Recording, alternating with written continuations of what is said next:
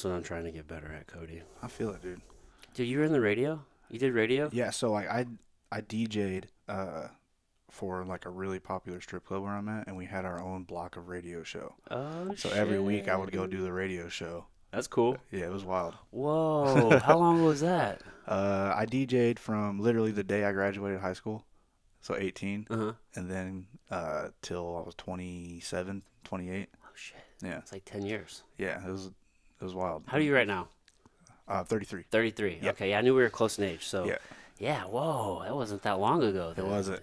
Damn, It wasn't. bro. The ghost of the DJ still haunts me sometimes. How's that? People just like, want to party with me, or I Mm. always get people asking me to DJ around town and things like that. I'm just So like, you were a partier. I was. It was real bad. Dude, that's a scene. It is not a good scene. I have a friend. He's just a lifetime entertainer. Yeah. And I've had him on the podcast before. He goes by 420, and he does for the longest time. He was doing DJing in strip clubs and shit. And Yeah. it was like he said it was a really good gig. Like he get paid pretty decent just to play some basic acts mix like playlists. Yeah, at the so club. I was making like I'm from like a pretty poor family. Like my mom like made sure we didn't like go without or anything like that. But like I didn't have a lot of money myself like coming up. So like I had no allowance money, nothing Mhm. like that. Like everything I wanted to have like it was only on Christmas, and it was like one thing. Things like that. Growing up a lot of trailer parks and stuff. So when I turned 18, I got this job.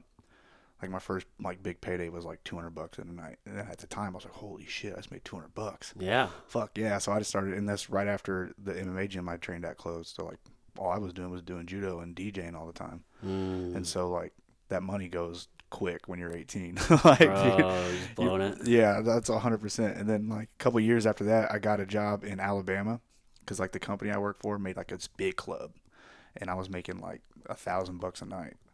That's legit. And I did that for like a year straight. I never took a day off. And I'll tell you how much, when I moved back to Missouri, I had $0 saved up. It was terrible. What Yeah, did you dude. spend it Everything, on, everything. bro? You Well, you can't- had a hell of a time then, right? Yeah, you can't give a 19, 20-year-old that much money with zero supervision. Yeah. Like I had like the nicest apartment with nothing in it. I had, for whatever reason, I had that apartment. I just bought a brand new car. Just taking my friends out, blowing money constantly. Like, I'll pay for everything. Don't worry about it. What kind of car was it? It was a Honda Civic. Okay, were you tricked it out? No, It was didn't. just nice. It was I new. yeah, so like I saw it at a car lot, and I You needed. had that money back. I saw it at a car lot, and I was like, it was a used one. I went to the car. I was like, hey, how much is this? He was like $4,000. I was like, Done. what? Well, you're smart Bet. enough to buy cash. Yeah. I mean, that's a good move. A lot of people would have done that. You could maybe got a loan or a lease or some shit. I had this dude that was my boss was like he was like really skeptical of banks. So he was like always telling me like, yeah, don't put your monny like, cause all I got was cash. I didn't have a paycheck. He's like, don't put your money in the bank, like they'll tax it. So I just had like just cash everywhere. Dude, this is a smart man. That's a smart man. That's in Alabama? Yeah, that was in Alabama, Huntsville, Alabama. Wow, Huntsville. Where's Huntsville at in Alabama? Is that there? Is that near the coast? No, it's very north. Very north? Yeah, very north. Right before you get to weird Alabama. Oh, okay. So it's like the normal part of Alabama? Yeah, yeah. It's like where like the NASA center is and things like that. Oh, really? Yeah, like- That's interesting. So you had a whole bunch of astronauts in there trying to get some ass. Yeah, it was like astronauts, and then they have like a big fort there. So astronauts and like army people Army people just Yeah. going ham. getting titties in the face, bro. That was it. Well, I think most people that are in NASA, I wouldn't say most people, but I know there are a lot of like ex-military that Yeah. transition into NASA. So that makes sense why they're both in the same yeah, spot. yeah, But that breeds that draws a certain type of person for sure. yeah. Very smart, sometimes aggressive dudes. Damn, bro. Dude, Yeah. that's wild, It was man. crazy. That was 1922, so like I got 8 more years of DJing after that too. It's just wild stuff. Damn, is it a good or bad thing to get that much money when you're young? I mean, obviously you blew it, Yeah, but it puts money in a perspective for you. yeah. So like now that I'm older and I look back at that, I'm like, damn, I should have done all this differently. But now I know. Now Yeah. I know better. And like, if I had somebody there to tell me that, then it would have been a good thing. But Yeah. I didn't, so it turned into a bad thing. So I think it's kind of like up in the air, 50-50. Yeah. So like it could have been good, it could have been really bad. It ended up being bad. You know Well, what I most mean? people spend that on like college Yeah, and just end up with debt yeah, and Exactly. don't even have anything really to show for it. yeah. So I mean, you have a degree, but if it doesn't help you get a job, or Yeah, which is up in the air right now if that which is even for most happens. people, really. Yeah. I mean, so Depending really, depending on what degree you go into, you don't really have a job when you get out. So even if you think you got like a semi decent degree, let's just say you got, and I have this degree, so a business administration degree, yeah, very fucking generic. And sure, maybe you get some general business ideas, which is cool, but that doesn't really give you a foundation to be like, hey, hire me. yeah. That's the problem with like when people go straight to college and then you immediately go looking for a job. Like, oh, do you have any world experience? You're like, no, I've been in fucking college this fucking whole time. They're like, Like, well, you know. yeah, it's like I can't hire you. You don't have 10 years of experience in the last 4 years of your life. Yeah. Yeah, You went and man. learned everything, but you know, Yeah, fuck that. but you did it. You made money. You Yeah. got some experience. You blew it all. Blew it all, 100%. But at least you're not in the hole. Yeah, that's true. And I went to college for a little bit too, but like it was all scholarship based and like grant based, so I don't have to owe any money back to that. So that's a plus too. But yeah, the making that much money, which in retrospect, like it wasn't a lot of money. Like it was not like I was making like $1 million a year or anything like that. It was probably upwards of like 100,000. And so like, but to a 19-year-old kid, that's a lot of fucking money. Dude, 6 figures is decent for like an Yeah. adult. Yeah, yeah. And so when you give 19-year-old Cody a bunch of money and all he's doing is partying all the time, it's just, I mean, I think the only thing I had over was that car, which I don't have anymore, and some Ray-Bans that my buddy lost swimming. So it was like the only thing I had left over from all that. That's that so was, funny. That was it. But does that make it easier, you think, to pursue what you do now? I think so, because I am not in a money-making field. So You know what I mean? It's yeah. just like, money comes and goes. Yeah. Like you realize you've had the experience of what a lot of money can give you. Yeah. And it's like, oh, well, I can have a really good life without also having a lot of money. Yeah. It just kind of puts it in the perspective for you to where it's not on this pedestal where it's like, oh, I need to have this money to have this happiness. It's like, fuck, I actually had the money and I wasn't really all that happy afterwards. This makes me a whole lot happier. Yeah, I think that a lot of that has to do with the way I was brought up too, because like not having a lot of money when we were coming up, like I knew how to I knew I didn't need it. You know what I mean? So when I had it, I blew it because it was like something extra to me. And so now like I have teaching, I have good months, I have bad months, but you know what I mean? But I am a lot happier. I don't need all that extra money to do the things I want to do. Also, I got a pretty good support system that makes sure that like my girlfriend she's the money maker, so she takes care of me and that stuff. So like if I'm hurting that month, she'll be like, here's some fucking money for some food or things you got to do. And then I got people around town that sponsor me and things like that, so that helps out. But again, like I've never been driven to chase money like a lot of people are, and I think that hurts me in some aspects, but I think it helps me a lot more. If that makes sense. Pluses and minuses, really. Yeah. Yeah. Like I like awesome cars, but I don't need one all the time to drive. I don't need like a bunch of designer clothes. I don't need fancy food. I do like fancy food, but like I don't need it all the time. Yeah. And I'm pretty like a nuts and bolts kind of guy when it comes to how I live every day. So I don't need like that money I was making back then. Yeah. Just the basics. Yeah. Yeah.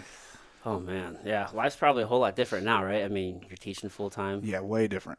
I mean, you teach the kids class right down Yeah. down in SEMO. Yeah. Yeah. But you're in Cape, right? Down Yeah. in Cape, right? Cape Girardeau, Jackson Gracie area. Umida, you teach the kids class Yes, there? I teach the 4 to 6 year olds every day, and then I teach our Bro. competition class, and I teach a couple of the adult classes too. Yeah, you got a lot of patience. Yeah, well, like I just talk sternly to the kids. I'm like, hey, don't do that, Yeah. and they kind of look at me weird. I'm like, go run or something. I helped with the kids class for probably 4 years when my kids are in it. Yeah, And some kids just have a better sense of their body and how to use it. yeah, And some kids just have no idea. yeah. Well, it's same like You see that with adults too. yeah, adults but- like you get some athletes in there, and then they get everything first try. Then you get some dude that's not an athlete, and he kind of like stumbles through it. And the kids are the same. Yeah. Except sometimes with certain things, like the kids just aren't physically big enough to do them. Yeah. You know what I mean? It's like, hey, grab this lapel, or like, it's like they can't like get a good grip on the Yeah. lapel or whatever. They always do like I call it like the toilet paper grip. They grab things That- like they're grabbing toilet paper. And I'm like, hey man, you gotta like actually grab that thing. Grip that shit. I think one thing that helps me, this is gonna sound terrible, but a guy told me that he trained my dog. He's like, you gotta get the dog tired. That way, like it will sit and learn. And I was like, I'm going to apply that to these 4-year-olds. So I make them run for like 5 minutes, and I just wear them out the very first part of class. And they sit there and they pay attention. And I'm like, okay, this works. Like, it sounds terrible. Like, yeah, I train them like I train a dog, but it works. I mean, the principles apply. Yeah. So you just get them real tired. Yeah, I get them like huffing and puffing, and we do like the warm up, and then we do like the little like line drills, like down the line drills, and then I make them spar. And then by that, the class has been going on for like 20 minutes, and they've been doing like a 20-minute warm up. And I'm like, all right, cool. Now the next 30 minutes we can spend looking at technique and getting you guys real in technique without you guys having crazy amounts of energy to like want to run around all the time. So you'll have them spar and roll before you teach them technique. Yep. Oh, that's a good move. Wear them out, yeah. That's a real good move. Yeah. Because then, honestly, that's what they want to do anyway. Yeah. Right? I mean, most kids, they're in their horse playing, grabbing ass, Yeah. jumping around. So you give them that opportunity to get all the energy out, and then you actually teach them something. Yeah. You're a smart motherfucker. I wish I could take credit for it, but that's all like watching Brian run kids class do the same thing. So Yeah. I was like, oh, okay, this makes sense. Brian's a good mentor. Yeah, he is. Dude, He is. I was the first time. This is my first memory of Brian. I was reffing at a Fuji. Yeah. And I think it was a kids thing. I made a bad call. I gave somebody 2 points for a sweep, but I think they were in mount. It was like an Oompa, so it wasn't an actual they sweep. rolled over from the mount? Yeah. And so it was the other kid against your guys' kid. Yeah. And but your guys' kid won anyway. It was like pretty handily. Yeah. I think that kid only had those 2 points that I fucked up on. And then Brian was like, "Hey man, just so you know," it's like that wasn't the sweep. Like you have to retain guard before there can be like a sweep or some shit like that. And I just kind of looked at him like, yeah, I didn't know who he was. Yeah. I was like, yeah, okay. Just like kind of like, he's like, no, like, he's like, I'm not trying to be a dick. Like, I'm just telling you. He goes, I'm one of the owners of the tournament. He goes, I just wanted you to know so that way you don't do that in the future. And I go, oh, okay. Like, I appreciate it because the thing is, man, reffing's fucking hard. It is. I hate reffing. I don't do it anymore. I won't do it anymore either because so many people will just come up and just start talking shit. Yeah. They don't even, for no reason. I had this one chick. I'll get off my soapbox in just a second. Probably the same tournament or maybe a different tournament. I had this one chick coach who came up to me and was like, her person just lost because their student got mounted and the person basically sat in mount that whole time. Yeah. And she's like, hey, that was stalling out. Like, you should have called that. I'm like, no, that was a very dominant position and he can work there. And no, that wasn't stalling. So she's like, well, I'm also a ref and that was. I just brushed her off like I do everybody else. Yeah. And then maybe 3 matches later, her student won the exact same way. It didn't say shit. Yeah, of course not. Just look. I'm like, okay, exactly. But dude, reffing's fucking hard. When I first moved back from Florida and I started doing jiu-jitsu full time, I was making like scratch money, dude. Like it was like nothing livable at all. So me and Brian would go and ref these tournaments all the time. And I fucking hated it all the time, dude. I got guys like, "Where's the side control points?" And I'm like, "You don't get points for side control, bro." like I'd have like legit world champions arguing with me about rules, and I'm like, "You know the rules, man.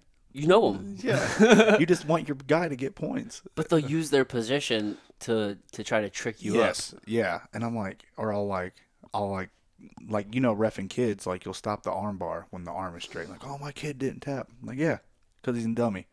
That's why I'm here, so he doesn't get his arm broke. Mm-hmm. I was like, you'd rather your student gets his arm broke than me step in and stop the match? Bro, it was over. Come on, dude. It's just a local tournament. No, it's not that Who serious. Cares? It's kids, man. Who cares? Or like they'll be like people like that coach kids really aggressively. I would stop and be like, dude, you can't tell this other kid they suck. They're 4 years old. like, oh, that kid's got nothing for you. They suck. You can do whatever you want. I'll stop. Like, dude, calm down. It's not that serious. Yeah, these are kids. They're gonna go home and watch cartoons after this and not remember this. But if you scream obscenities at them, they're gonna remember that forever, and they're not gonna do jiu-jitsu anymore. It's bad. I was at a wrestling tournament this year. The wrestling parents are the worst, dude. Wrestling parents are the worst, which is one of the reasons it took me a while to put my kid into wrestling. I put my kids in jiu-jitsu first. I'm like, oh, we can get into grappling. It's a little bit more relaxed, laid back, and then we'll do wrestling.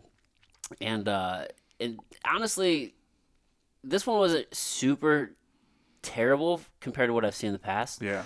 But this kid got pinned by this other kid, and the coach was like, "Good job, you just got pinned by a chump." they haven't even shook hands yet or raised the kid. Like you have to shake this other kid's hand. You just called him like a chump, and Yeah, like come didn't even whisper it to him. Just yelled it out on the mat. just yelled it immediately. He's like, "Yep, go shake his hand. You just got pinned by a chump." I'm just like, "All right, guy. Like seriously."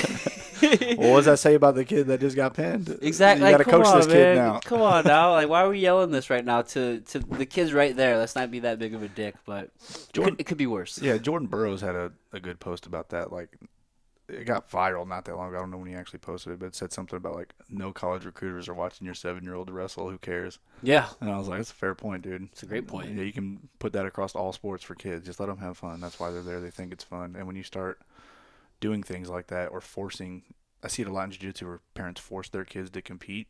Mm-hmm. They don't want to. They want there to hang out with their friends. And they learn some cool chokes, whatever. But when they force the kids to compete, they start hating jiu-jitsu, and it pushes them away. Yeah. I'm like, what are you doing, man? I'm like, that's not the way to do things. Mm-hmm. So I think, like, Jordan Burroughs saying something like that, like, really opened a lot of people's eyes. So, like, hey, they're kids. Yeah. Let them go out there. If they want to have social hour, let them have social hour. Who cares? For real, I mean, you get a lot of benefit just being in the space. Yes. You know what I mean? It's not about being a world champion at that age. It's not. And it doesn't have to be either. Like, you know what I mean? Like, I have a lot of kids that do compete and they do very well. And I also have a lot of kids that they're like yellow belts and like, you know, like they got good jiu-jitsu, but like you wouldn't know that at the gym because they're just there to see their friends, hang out with their friends, goof around a little bit, which is fine. That's all it needs to be for a kid. You know what I mean? Even an adult. Same thing with adults. I have this conversation all the time with people. It's like when you try to make jiu-jitsu something that it's not, or anything for that matter, that you don't want it to be, it's just going to ruin the experience for you. It's true. Yeah, so just let it be what you want it to be, and don't let anybody like try to force you into something else, because that's not you. That's not, you know, they're not living your experience. You're not living theirs. It doesn't have to be the same thing for everybody.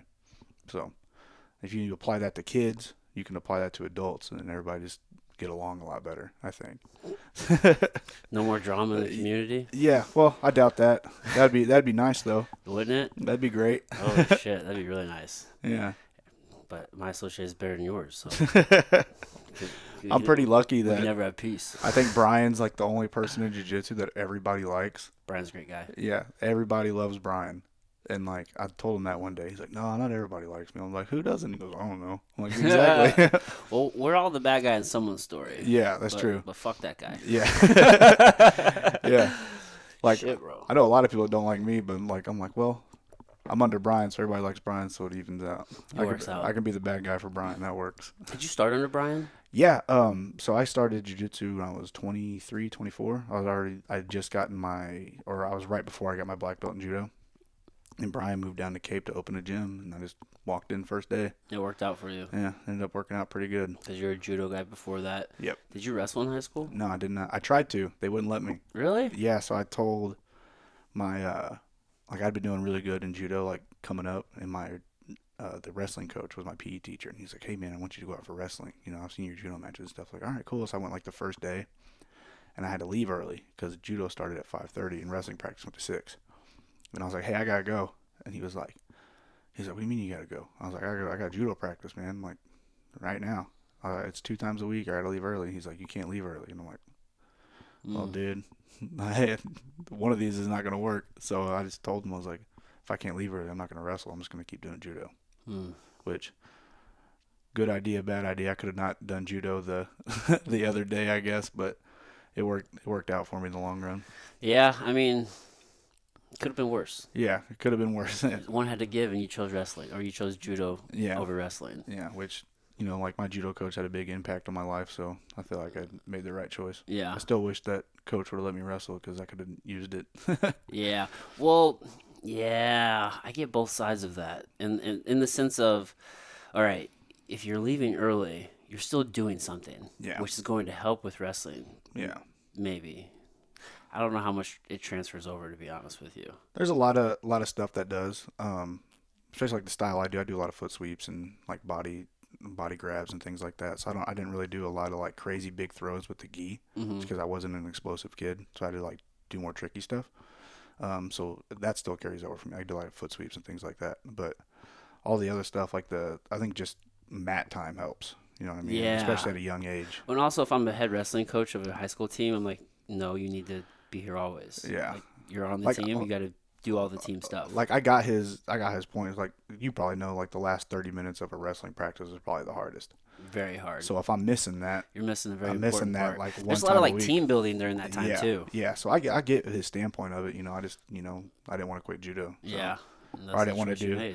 So only class I would have been able to make would be like the Sunday night class, and so I just didn't want to miss that. So. Yeah, you're just all in on judo. Yeah. So worked out in the long run, but I got where he coming from too. Yeah. You can't look like you're showing favoritism, especially to like a freshman in high school. Like why does the freshman get to leave early and we all got to stay here and die for the last 30 minutes? Yeah, I respect it. Yeah. I respect it. Well, you do a shit ton of wrestling now. I do. I do. I was a lot like a big like I don't need to wrestle type guy for a long time. Really? Like my purple brown belt years, and then COVID happened. And the only place I could train was Mount Vernon with PSF guys. And so this was right after the show, like the first season of that show finished filming. So I was going up there because like everybody lived there. So like I knew like, hey, you guys are going to be at the gym because you fucking live there. Mm-hmm. So I'd walk in, they're all doing no-gi all the time. So I had to wrestle. I had to learn how to wrestle pretty fast. They do a lot of wrestling there. Yes. Yeah. And then once I started getting good at it, or better at it, I'm still not that good at it, but I started getting better. I was like, oh, this helps all the time. This is great. Yeah. I should have been doing this way before then. Yeah, dude. Wrestling changed my life. Yeah. It did to me too, for real. Like now, like I don't feel like I get blown off the mats by any wrestler that comes in. Like we had this kid come in he had like a full ride to Ohio State wrestling. And he did wrestle for like a year there and decided he wanted to choose his PhD, so he moved back home. But he came in, he's like 20 years old, still wrestles. Mm-hmm. And like in the gi, I kind of fucked him up a little bit. I'm sure you did. And I was like, oh, dude, Ben. He's like, I can't wrestle with you at all. And I was like, oh, I wrestle with some really good dudes, things like that. And I was like, but if like a straight wrestling match, you're going to kill me. But I was like, but now I can use the wrestling I've learned from my jiu-jitsu and keep points from being scored on me, things like that. Yeah. So it really helps. I don't feel like I'm getting blown out of the room anymore, except for like Pixley or something. He's exceptional, though. Yeah. Yeah, or Andrew, Pixley Andrew, and then you fucking hulked my ass up one day, and I was like, that was terrible.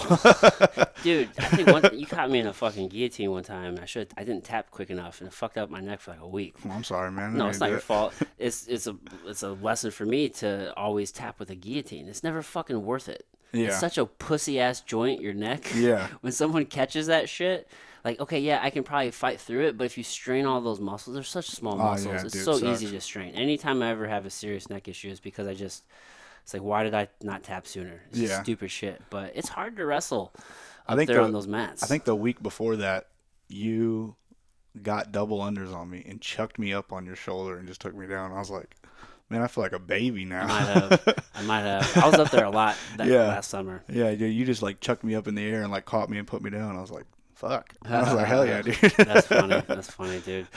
I feel like I'm a decent wrestler. You're very good. That's like wrestling legitimately changed my life. Yeah. I was just a football player. I've always been an athlete, but like my friend went out for wrestling. He talked me to go out with him, and then hindsight being 2020, I kind of wish I just would have quit football and only did wrestling. But it was like the thing I just took to. So yeah, whenever I think of movement, I kind of think of movement as like a language in itself. Yeah. And kind of whatever sport that you learned first or kind of resonates the most with you, people tend to like they tend to relate whatever they learn to that. So I mean, most things call it whatever the fuck you want to call it. Pick a movement, it has like 5 different names. But for me, if I learn something, I usually resonate it back to wrestling first. So it's just kind of how my mind just always operates. It's like my first like movement language, if that makes sense. That makes a lot of sense. It's just the way you probably got all into wrestling when you first started. Mm-hmm. And so like you made those like big like mental leaps with a lot of the wrestling stuff, and now it's just easy to go back to. It makes sense. Yeah, pretty much. Yeah, I'm just all in on it. So, but wrestling up there with those guys is so different in that you have no grip. Zero. It changes the way you wrestle. Yeah. It's not real wrestling in the sense of where you'd be able to be super explosive or cut angles the same or take really good shots. Andrew's really good because he moves so well on that wet surface better than anybody. Yeah. Well, even like Pixley will tell you, like, he's like, I don't shoot. after like 30 minutes of You practice can't. going on. It's all trips and shit. Yeah. Yeah, and you can get some shots if you're able to really commit, but snap downs are great. Yeah. I think what it does do is it teaches you to keep your center of gravity Yeah. amazingly. Your footwork has to be on point. You have to have really good footwork, you're getting smaller tripped. steps. Yeah, you don't overextend, which is really good. One of the things that always sticks out is when you work with Tad. He has such an amazing fucking like front snap down. Like he'll snap the shit out of you, dude. He is the most frustrating person to wrestle with for me. It's one of my favorite people. Because like I wish he was bigger yeah, because he's so good.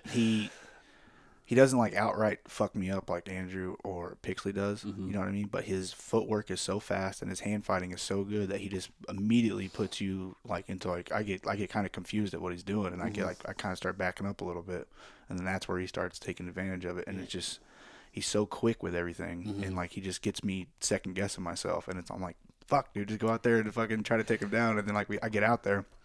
And it's just my whole game plan goes out the window because he's just got me on skates immediately. Yeah, he's such a phenomenal wrestler. Yeah, he's super good. Yeah, so many good wrestlers up there, but it definitely improves. It improves your skill to be on that uneasy surface. Yeah. On the surface, it looks like you're gonna blow out a fucking knee, which you could. Yeah. It's a dangerous spot to be in. Yeah. But it makes your wrestling really fucking good if you can adjust to that slippery surface. My judo coach had a very good foot sweep. And so I kind of inherited that a little bit. Yeah. And so, like, you can tell when I get really tired, I'll go out there and just start foot sweeping sweeping people. everybody. Because I don't want to mix it up anymore because it's so slippery. Like, if you catch it, like, even 30% right, they're going to go. Dude, you know what I mean? where it's at. So I just would go out there, like, and I'll foot sweep people real fast, and I'll just go sit back down because I'm super tired. That's so funny. That's so funny. So were you, like, a little judo player? Like, because did you get bigger? Yeah, so I went through a growth spurt when I was like 18. Like Okay. I was probably like back when I was fighting MMA when I was like a senior in high school. I fought 155 and I walked around at like 160. Yeah, so when you were a kid, you were a little guy. Yeah, I was like 5'7", 5'8" as a senior. And then when I graduated, I kind of went through this growth spurt where I got the height I am now and like walk around like 180. And so when I was competing at like 18 years old, I went from like the little weight class then to like the big weight class. Yeah. And I didn't want to cut weight anymore, so I just started fighting like big dudes. Yeah. And it went all right for me for a little bit, but then as I like belted up and got like higher up and I was fighting like national team members, it went terribly for me. It went so bad. And then like I started partying a lot more and I got fat, and so I started doing jiu-jitsu as a fat guy. And like that never worked out for me either. It wasn't great. Fat guys are strong. Yes, they are. And when you're not like traditionally a fat guy who's been fat like their whole life, Yeah. it's tough. Yeah, and like I was. Is that what you ran into? Yeah, so I can't remember his name, but I fought him twice. He was my second tournament. My first tournament ever was the World Championships at Jiu-Jitsu. I just as a white belt went out and did the Worlds, and I fought at like under 208. And like I remember I got Kimura'd by the first guy because like I took him down and I was giving him problems in his guard, and then he realized he could just move my arm up, and so he grabbed it and then Kimura'd me. Yeah. And then That's funny. my second tournament was the Cozen State Championships back when they called it Cozen, and I beat a guy in the first match. My finals match was Chris Heatherly. It didn't go well, but he fucking fucked me up and armbarred me. And I was like, oh, this dude's huge. And then as a blue belt, I had another the state championship again, like a couple years later, and my finals match again was Chris Heatherly, and he just fucked me up again. He's such a phenomenal wrestler. Yeah, and I think it was JW. He's like, man, you need to get your life together. And like, you can go down to like middleweight or something. He's like, you can't be fucking with these huge wrestler dudes. And I was like, nah, it'll be all right. And then it wasn't until like when I got my life together that I fucking started like competing at the weight class I belong in. That's so funny. Yeah. Chris Heatherly gave me some ass whoopings in my early days. That's when he was fighting still. Yeah, I think he was like fresh off the UFC when he fought Ben Saunders. One of them, can't remember which one, but Brian was like, "Yeah, that guy just fought in UFC like last week," and I was like, "Oh, okay." Still, yeah. I tried to fight Chris. I did. It's because, obviously because he was in my weight. We were both at 170, and he had a big name. And I kept trying to fight him, and then Heath reached out to me. He's like, "Hey, man, like," he's like, "He's training here, and like, we're not trying to like do that." Yeah. And I'm like, "Oh, that makes sense." Yeah. I was like, "But I want that fucking fight." Yeah. He we did this the first time we fought. I was like the under 220 weight class or something like that. 'Cause I remember Chad Morrison was in it too, and he's also another big fuck. And like I was like, dude, why am I fighting these huge guys? I'm just out of shape. These dudes are actually just big.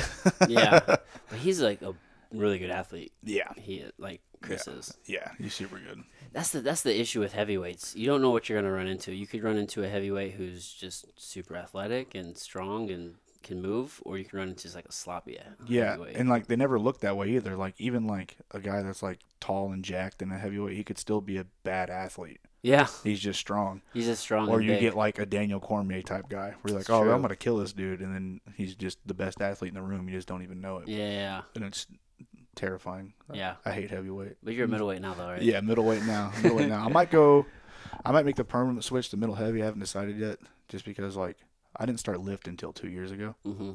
So like I did fight at lightweight. My adult purple career, I fought lightweight. What weight is that? Because that's different for all folks listening. We're talking jiu-jitsu. Yeah. So like the weight classes are way Yeah, different. so 167 in the gi. Okay. Yeah, so I'd have to be like 163, 164 ish. What's heavyweight? Like 205, Heavyweight? 208? Yeah, under 208. 208. Yeah. Yeah, That's where I'm in. yeah, yeah.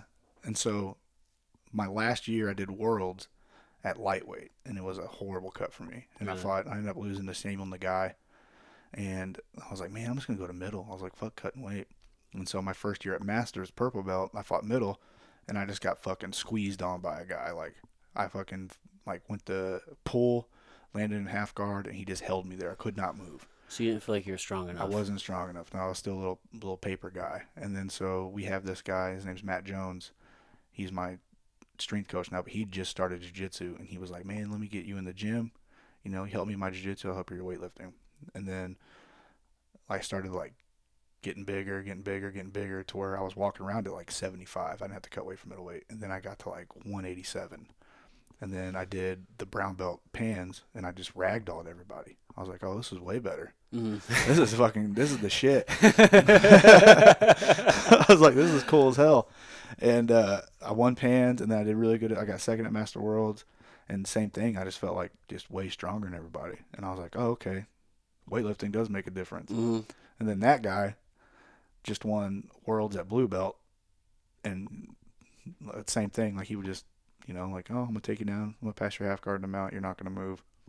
And so That guy being your my strength coach. Okay, yeah. So he won worlds at blue, and just went out like I think he did under 220. And he's a fucking giant, dude. He's like a former strongman. Fucking like the first time I ever lifted with him, he put like. We were doing deadlifts, and he put 45s until he couldn't put any more 45s on the bar. Like maxed them out and just repped them like 10 times. Fuck. And I was like, what the fuck is going on? Dude. And so he comes out at Worlds this year, just does like trip takedowns to everybody, lands in their half guard, passes them out. And like that, no one could stop him. And so it worked out for both of us that way. But yeah, I think, but now that I'm still lifting like that, now I'm walking around at like 95, and getting the middleweight's coming. Not a chore, but it's like kind of sucks a little bit. Yeah, because you're about my size, because I'm like 205. Yeah. So you're close to my size. Yeah, so I walk around like at like 95, 94. So why not do medium heavy? That's what I'm saying. I think I might make the permanent switch to medium heavy, because I did it at Miami. What is medium heavy? Under 94. Under 94. Yeah. Yeah. And you took third in Miami. Yeah. So I went to Miami. In the semifinals, I lost to a really good dude. He's a world champion. Mm-hmm. But I felt really good with him. We had a close match, and I was like, I might make the permanent switch and like, yeah, just not have to worry about cutting that. What is essentially 20 pounds. Is the cut even worth it? It's not bad for me, because like I eat pretty bad when I'm not getting ready for stuff. Like I'll eat like a bunch of snacks. Like that's my problem, is I snack a lot. Yeah. Like my meals are all good. Like I still eat chicken and like vegetables and stuff like that when I eat my meals. But like during the day, I'm like stopping at the gas station, getting snacks, eating a lot of chips, eating a lot of candy. So when I get my shit together and I do all my cardio like I'm supposed to, it doesn't end up being that hard. I might have to cut like a pound or two the day of. But it's just not, like dieting down. Yeah, it's not bad. But maintaining that healthy eating can be tough. Yeah, that's what I need to do is just, pretend like it's my job and do it anyways, because it is. But I didn't feel bad at 94 against like probably the second best dude at 94 in the world. So it was all right. So I might make the switch permanently. We'll see though. That's legit, dude. I might do pans at middle. I haven't signed up for pans yet. I need to. Yeah. I should probably do that today, but I haven't signed up for pans yet, and I'm gonna do it. Normally I do all the big ones at middle, so we'll see. This your second full year competing at Black? Yeah. Yeah, last year was the first one. Yeah. Last year was horrible. It was a learning experience. Yeah, last year was terrible. I got now you're on podiums though, bro. Yeah, I got my cheeks clapped real good all year long. Like I won like a Fuji, they had like a money bracket for Fuji. I won that, but everything else I lost. Yeah, it wasn't great. But I mean, it's a jumping competition though. It's just a learning curve. Yeah, and but here's the thing though, like every match I had for IBJJF, except maybe Nogi Pans, my first match was against like either the reigning or the year before's world champion. So I was just like going up against nothing but the top dudes constantly. Yeah. And I was like, oh, okay. Well, there's where the best is. I already felt the best. It wasn't like I was getting beat by like middle of the road dudes. I was getting beat by like the best guys the whole time. You got put like in pretty tough spots in the brackets. Yeah. Bracketing matters. It does. That's why I tell people, I was like, man, if you're gonna go out and do worlds, like that first round bye matters. Big time. Because you're doing like 5 matches that day, or if you're an adult, you're doing more. Yeah, man. Sometimes if you've had a match or two and you go against somebody who had a bye, I mean, dude, that can make all the fucking difference. Right. Dude, at this past Nogi Worlds, I had my third match was for it was the semis. Yeah. And that dude didn't have any matches up until then. And he was my third. I had that at Master Worlds at Brown.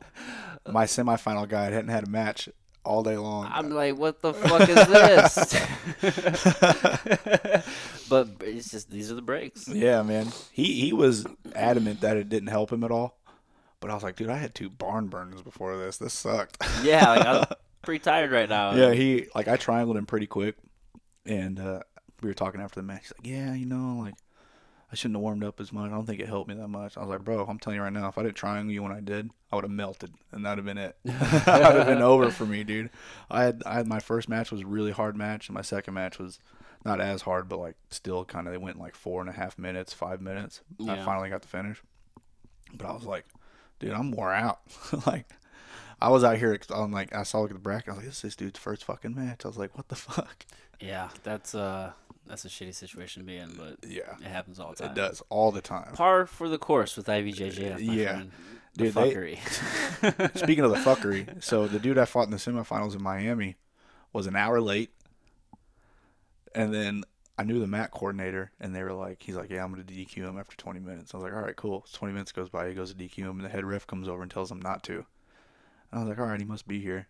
So he comes, and I see him, he checks his weight on the test scale, is obviously overweight just by his facial expression, throws his sweats back on, goes out and runs some more, comes back like 15 minutes later, checks it again, is still overweight, you can tell by his face, comes over and gets his gi checked, jumps on the official scale, and he's over again, and the weighing guy's like, oh, you're over, I got to DQ you, and he won't get off the scale, calls the head ref over, head ref's like, no, we got to calibrate the scale. And I'm just laughing at this point. And like the dude, so my coach in Florida is this dude named Fabio Franco da Silva. Him and his coach, who's a coral belt, were over there, and they're like, dude, what are we doing here? Like, they're yelling at the guy in Portuguese, and the ref's doing this. And I'm like, don't worry about it, man. Let him fight. I was like, I don't care. Like, I moved up a weight class to fight him. I want to fight him. And then, so they calibrate the scale, and then they don't make him get on it again. And we just go fight. And the ring coordinator that was working, he was like, dude, I've never seen some shit like that in my life. And I was like, yeah. I was like, it happens, dude. I was like, yeah, often. Yeah, I was like, it happens a lot. I was like, this is the first time I've seen it blatantly like that, though, where it was just like in front of everybody's face. Yeah, I kind of take advantage of that now, though, to be honest, because the first time I ever did an IBJJF was for Master Worlds at Purple, and I went, and it was the same deal. My next match, the guy had to buy the first round, and I think they called me probably within 5 minutes of my last match. I had no time to fucking recover. Mm-hmm. And I fucking went up there anyway. I was pretty tired, and I gassed out, and I lost that match. And knowing what I know now, though, I should have just walked out of the fucking bullpen. Like laid down. I could have laid down for like 30 minutes. Here's the thing, though. Like, us, like, they might fucking DQ us on the spot because they don't know who we are. Where this guy was an established black belt, established world champion. They let him fucking do whatever. Yeah, well, he went way overboard. But yeah. you can kind of play the game a little bit. Yeah. You know, they'll give you a few calls before they. Oh, sorry, I was pooping. Yeah, something like, hey, man, what are you going to do? I was pooping. You're fucking up in the stands taking a nap. For real, bro. Just give me 10 minutes to recover. Right. They did that to a guy. I fought him at my semifinals match in Pans. I felt so bad for the dude because he just had like a barn burner, and he was walking back to the bullpen, and the ring coordinator grabbed him on the way and was like, "Oh, you're up." No, I'm not. He was like, "I just fought." He goes, "No, it says right here, you're up now." And he was like, "I literally just went." Wow. And they're like, "Look at the time right here. Here we go." And I was looking. I was like, "Dude, I'm sorry." I was like, that sucks. I was like, "Fuck, bro, I'm sorry." Wow. No, I will say though, did you do Master Worlds this last year? No, I hurt my knee a couple weeks beforehand, so That's right. I didn't get to. That. That's a bummer, dude. Yeah. I remember. So they were actually pretty cool. At least as far as, because I did that. I got tired. I fucking, after every match, I leave the bullpen. It's a good idea. And I go fucking get my breath back. And they were waiting on me. I didn't know they were waiting on me. Yeah. So they just, whoever's behind me, they just put that match in front of me. Well, that was nice of them. Yeah, they just moved it like no big deal. I'm gonna start doing that now. Listen, that's my new strategy. I was talking to Nick Sanders about that, and he told me, he's like, yeah, dude, they'll call you 2 or 3 times before they disqualify you. So you got usually 15, 20 minutes. That's a good idea. So now I just use it. Now I know why these brackets be taking forever. They just take off. Yeah, pretty much. Pretty fucking much, dude. I do not hang out in that bullpen. Yeah, I wouldn't either. Now, if I knew that, I wouldn't have. But I just be sitting there for like 30 minutes at sometimes. Bro, you're an OG. You've been in the game for a minute now. now. Just looking around. Like, where is everybody? But now I know that always runs off. That's what I'm going to do. Well, that's what I do anyway. That's what I'm going to do, starting at Pans. Come on. Next month at Pans. You're like a full-time competitor. Yeah. That's what you do. Yeah. Just got back from Miami. Yep. Fucking, what? You at brown belt, before you got promoted, you won Pans and Worlds, right? I got second at Worlds. Second at Worlds. But I fought Worlds with a broken rib. Oh, shit. Yeah, so I fought that whole tournament with a broken rib and lost in the semifinals. Or Shit. Lost in the finals, sorry. Finals. Damn, bro. Yeah. I mean, against a really good dude. Like, he might have beat me anyways. How'd you break your rib? I shot. So we have a 300-pound brown belt named Curtis Hackman. Mm-hmm. He's a big, like, been wrestling his whole life, and I shot in on him. And, like, he came down on me kind of weird, which was, I don't know why I'm shooting on a 300-pound brown belt, but that's what happened. And, like, I did, like, it, like, came down and, like, did, like, the accordion crunch where it does, like, this. So it was broken before you even went into Worlds? Yeah. So I had a very specific game where I was pulling and being very not aggressive. So Yeah. I could go on my right side. I couldn't go on my left side. So I would pull and I'd get the close guard and I would go on my right side immediately. Because if they squared me up or put me the other way, I couldn't do anything. And it sucked. So I had a really tough match. The first guy, this guy Eric Rolston, super good wrestler, super good competitor. I came out and pulled, and at the same time he shot. And I was like, oh, shit. I looked up, and the ref didn't give him points. Give him the 2. No, it didn't give him the 2. Didn't give him the 2. He was actually pretty salty about it. And then I almost armbarred him immediately. And then he got out of the armbar, and then I swept him from half guard to mount, but we landed out of bounds. But we stayed there for like 5 seconds, and then the ref stood us back up and then give me the points. So I was like, all right, we're fucking even now. Yeah. Yeah, and then back on the feet, he shot. I pulled him up, almost threw him. And then I sat back down to my close guard, and then we ended the fight, me triangling him. And I had like 2 advantages to his none. Mm-hmm. And that's how I won. So it was a fucking grueling match. It was tough. And then my second guy, same pretty much, I can't remember the guy's name, but it was like a similar fight where he was wanting to grip up and do like judo takedowns. And I pulled on him, had a tough match in my close guard. I swept him once, I think, and then almost submitted him once. And then with like a minute left, I finally got his back and choked him. And so my semifinals match, I'm coming out, and I told Brian, I was like, dude, I'm fucking dying. I haven't been able to do cardio in a month. I'm fucking dying here. He's like, you just got 2 more matches, man. 2 more matches.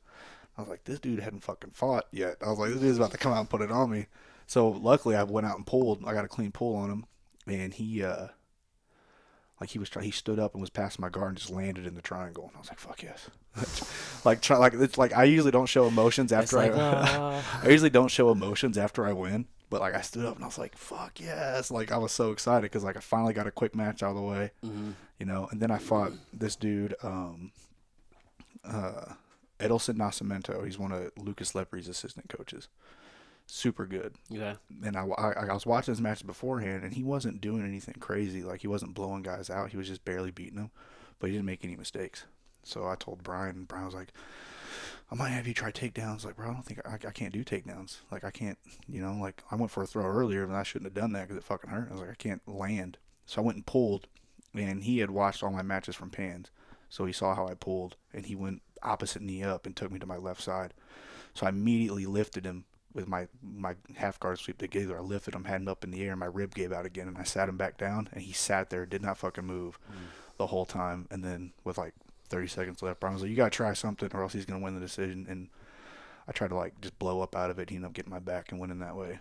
And it was a not fun tournament for me. Like, even though I got second, which is like a good accomplishment, it was an excruciating tournament for me. It sucked. Like what you had to go through to get that. Yeah, it was terrible. I was in pain for like 2 weeks after that, just not doing anything, couldn't do anything, and just so I probably shouldn't have competed because I could have fucked my ribs up more. I got lucky enough to like punch her along or something. Yeah, I got lucky enough to where like my game plan worked enough. Yeah. Up until the finals. But, yeah. Was it just kind of like a minor break? Like not like either way. A broken rib is a broken rib. And that's just hard to breathe with, dude. I couldn't like lean to the left.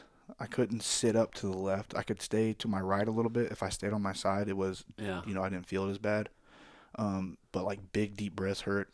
Like if I was like take a huge deep breath, that would really suck. If I was to cough, it would suck. If I was to sneeze, it would suck. If anybody put their hand on it, it sucked. Yeah, how do you roll and not take deep breaths? Yeah, exactly. Like that was the conundrum I was in. Where was it at? Was it like up higher or like kind of like a low rib, like a mid rib here? Right here. Oh, okay. Yeah. Fuck, dude. It was ribs are bad. It was ass. I hated it. Yeah. But hey, I learned my lesson. I don't shoot on that guy anymore. Good lesson. Yeah. Good lesson. But you're competing like crazy. Yeah. I mean, how many like regionals do you try to get in a year? Do you have like a set number for a season that you try to get in? No, I just like look at the schedule, because like I try to do seminars and stuff too, like just to make some money and things like that. And so I look at, I would do all the big ones, and then I kind of just look at the like when they put the schedule out. Yeah. I'll go, hey, I'll talk to the girlfriend and the kids, like, what are we doing? I'm looking at these competitions. Which ones do you want to go to? Do you want to go to any?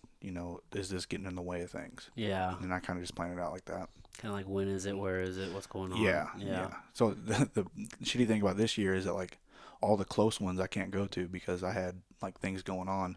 So like Chicago and Indianapolis and Nashville I can't go to because we have shit going on. So I got to do like, I try to do. There's ones I like Miami's my favorite city. So I try to do Miami every year. And then my girlfriend really likes New Orleans, so I try to do New Orleans. You just got back from Miami. Yeah. Okay. So I need to look at it again and schedule more. I think I'm doing the Orlando Open before Kids Pans, just because we're taking kids down to Kids Pans. So it's a good way for me to get like one of those in while also doing something else. Mm-hmm.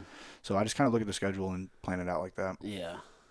Yeah, what's another close one? Probably like Memphis.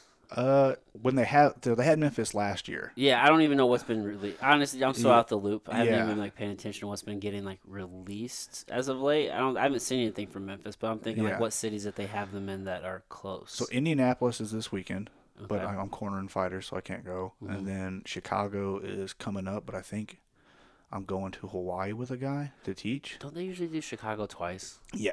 So I'm not really worried about that one because I'll get to go to that one again. And then Nashville, I think Hoyler is at our gym, so I can't go to that one. So like all like the really closest ones that are like around that I could like literally just drive from my house to. Yeah. I can't do this year, so I'm Okay. like fuck. Like, you know what I Where'd mean? you say you'll be at for Chicago? Hawaii. Oh shit, that'd Yeah. be dope. Yeah. So I have a buddy who's a black belt. His name's Ivan. He's a black belt, like Gracie Mighty black belt in Vegas. He's from Hawaii, and he's been like, we've been talking about going for like the last 2 years. And so I got some like flight credit, and I was like, dude, let's try it this weekend. And he was like, all right, bet. So we got our flights, and then they released Chicago, and I was like, motherfucker. Hawaii would be better. Yeah, and then like, that's what I'm saying. And like, he knows some guys that want us to have us out there and teaching stuff too. So like, it's like kind of like a business trip as well. Nice. So I'll just be out Absolutely. there teaching all week and doing jiu-jitsu all week, and hopefully go to the beach once. Yeah. Well, teaching will help offset some of the costs. Yeah, hopefully. Yeah, that's the idea. But luckily, like I had that, I had a flight credit and then the guy having us out there to teach paid for the other part of my flight too. So Oh, nice. yeah, it worked out. That's what's up, dude. Yeah, it worked out. Yeah. Credits and points for flights. Yeah, because I'm mad poor and I like going places, so I need that stuff. Well, it helps you travel when you don't have a lot of shit to pay for. Yes, it does. It does. Oh, fuck, dude. Wow. That's cool. Fucking, I've never been to Hawaii. That'd be really cool. I haven't either. To, like, just check out the scene and hike and maybe do some surfing, do some Yeah. jiu-jitsu. That's the whole plan. I wanted to go with like a guy who was a local too, because I know some of those Hawaiians don't fuck around with people visiting. So Yeah. I'm not trying to get my ass beat. Like Hawaiians like to fight. Yeah, they do like to fight. They're known for fighting. Yeah, I have a very theory that I've worked out over the years, because I used to work with a family of Samoans, and I would see them getting fights at the bar all the time. And so I have a theory that only Pacific Islanders can knock out Pacific Islanders, because like you have like Max Holloway is a good example of that, and then like BJ Penn went his whole career without getting knocked out, and then some random dude at an IHOP knocked him out. And I'm like, dude, it can only be they have to be for that spot. It's only Hawaiians, bro. Only Hawaiians can knock out Hawaiians.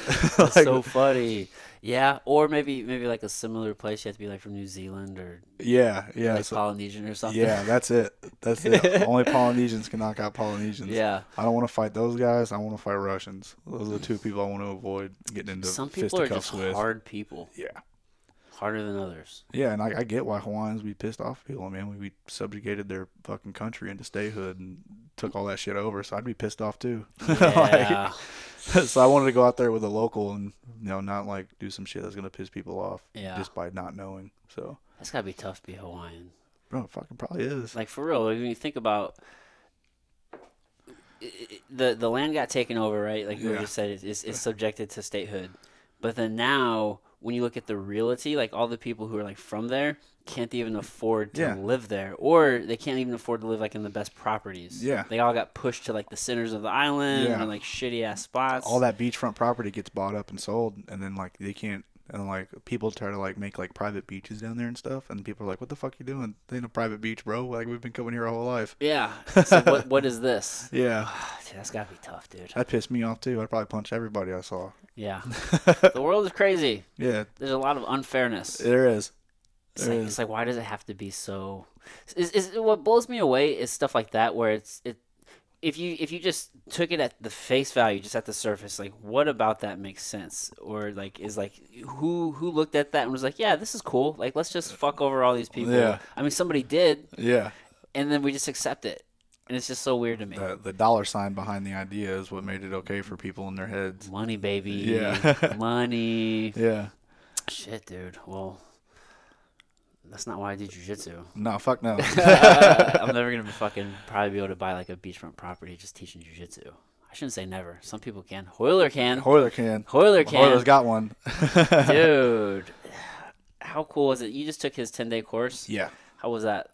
It was pretty good, man. I have some like reservations on like the self-defense course and stuff like that, but all of it was pretty good. Yeah. Pretty good stuff, like really good concepts and things like that. And I probably went into it in a more negative attitude than I should have, because I had fun, man. I had a good time. You're kind of like, oh, I got to do this thing. Yeah, I was like, fuck, dude. I don't want to do this. And I got there and we ended up having a good time, learned some cool stuff. And got to shoot the shit with Hoyler about like competition stuff that I really like diving into with people. Yeah. But yeah, it was cool. It was a fun, like I didn't like being away from my family for 5 days straight, when we could have had it here and because the same amount of people. It was split, right? Yeah, so like it was like 5 days in St. Louis, which was cool. I just drove down here every day, and then 5 days in Springfield. And the Springfield split is what I was like, man, why do we gotta do that? No, I gotta leave and I gotta be gone for a week. Yeah. I haven't seen my kids, haven't seen my girlfriend, haven't seen my dog. Haven't really trained, and I had the Miami Open the week after. There's no real easy way to get from like Cape to Springfield, is there? No, I had to stay there the whole. It was like a 4-hour drive, so I had to like stay there all 5 days. My brother lived there. I got to hang out with my brother a little bit. Yeah. And so that was cool, but like, it was just like, oh, here's another thing I got to be away from home for. You know what I mean? Because like like when you coach and compete, it's a lot of travel all the time. Yeah. All the time. So like any more travel that gets added to that just is not easy. You know what I mean? It just sucks. Yeah. It sucks when you don't get to do things that you want to do. Yeah, and despite me traveling a lot, I really am a homebody. You know what I mean? Like, I like being home. I like being around my family and things Yeah. like that. And I like being around my students, you know, and the teammates and things like that. So when I don't get to do that for like a week straight, you know, it kind of sucks. Well, you spend enough time in hotels and on the road, Yeah. and you start realizing sometimes the idea of traveling is just much better than actually Yes. traveling. Yeah. You know what I mean? Especially if you travel for a purpose. It's like, all right, I'm traveling to go do this thing. Yeah. And it's not really quite the same as if you're just going to travel to explore. Yeah. If you're maybe. going on like vacation, it's different than like, Yeah. oh, you know, I got to be here because I got to compete. Yeah. So when you go compete, you're usually not there that long. Mm. Like the day before, day after. That's it. And so, like, day before, you're usually probably cutting weight or not doing things you want to do because you have to compete the next day. Yeah. That day, you're competing all day. And then the day after, you're going home. So, like, you really don't have time to, like, do, like, what people would normally qualify as, like, fun stuff. Right. And okay, so like you have that day one, right? You're Yeah. not doing anything. You're just waiting. You're just thinking about competing. Yeah. And then there's competition day. That's still on your mind. Let's just say you get done at a reasonable time. I don't, if you are lucky. Yeah, if you get are done- lucky. Let's say you're done by 2:00. Yeah. Then okay, maybe you have the second half of that. Like you have that evening, like the second half of that day to maybe. Yeah, because go- you're going to take a nap, too, because you're competing Yeah. is tiring. Yeah. Like you're just gonna probably go get some food somewhere. Yeah. Like, and that's about it. Yeah. And then you leave. And you leave the next morning. Yeah. And so people, like, see me travel a lot, and I'm like, I'm not doing anything. You know what I mean? Like, Yeah. that's one thing me and my girlfriend, we talked about. Like, I took her to Master Worlds last year because I wasn't competing. You know what I mean? So we got the first day I got there, we got to do a bunch of cool stuff, and it was fun. But, I mean, every day after that, I was at the venue for, like, 12 hours a day, like, coaching people and, like, watching teammates. And she was like, oh, this kind of sucks. And I'm like, yeah. like, it's cool we're in Vegas, and, you know, we get the nights to do stuff. But, like, for the most part, I'm just, you know, at the venue the whole time. Right. Like I'm just here for this. Yeah. It's not fun to be there. Like, unless you do jiu-jitsu, watching jiu-jitsu isn't fun. Right. You know what I mean? Even if you do though. Yeah. Sometimes it gets fucking boring. It's a marathon, dude. Those are Yeah. like long days. It sucks, dude. And so, like, you know, like me and Brian, we tell people all the time, like, oh, we want to go with you. And I'm like, Yeah. I'm like, do you? Because, like, it's going to be a lot of sitting in bleachers or trying to get pushed through the barrier to coach people. And then, like, you'll coach a student. 2 hours later, you got another student. And then But 2 you- hours later, you got another student. Yeah. But you do get to check out some cool restaurants usually. Yeah. That's like the best part about traveling. That's the only reason I got good at jiu-jitsu, so I can eat food I wouldn't normally get to eat. That's it. It's a good one. Yeah.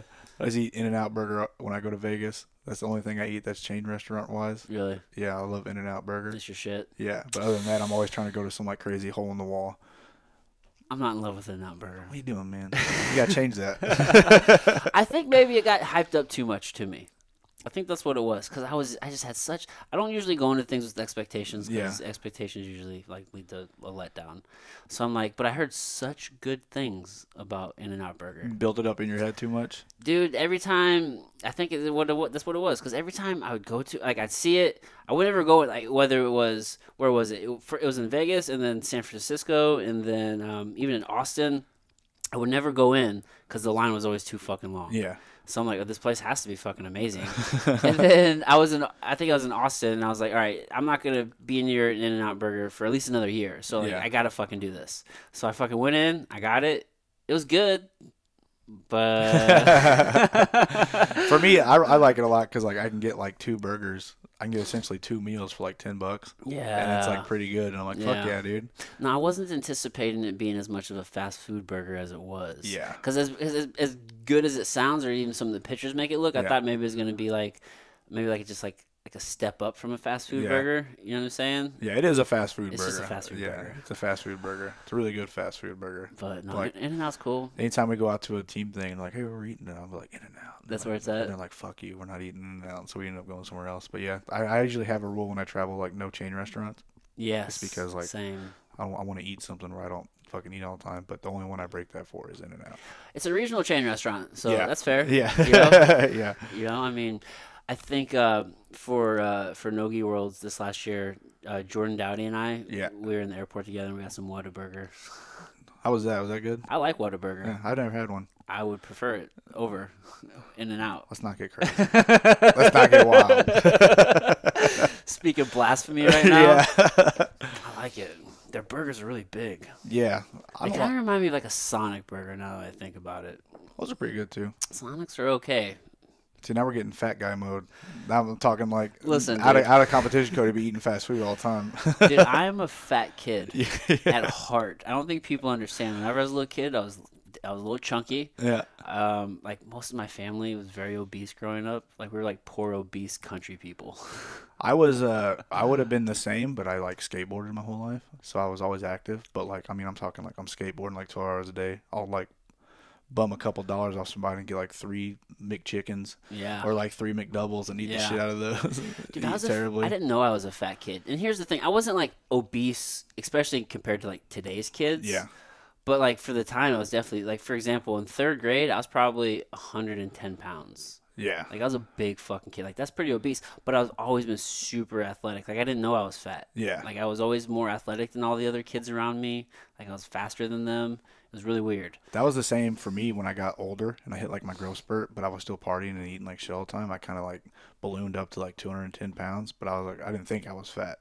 But like me looking at me, like looking back then now, Yeah. I'm like, man, I was a fucking fatty. I was out of shape. Little porkster, Yeah, huh? I was.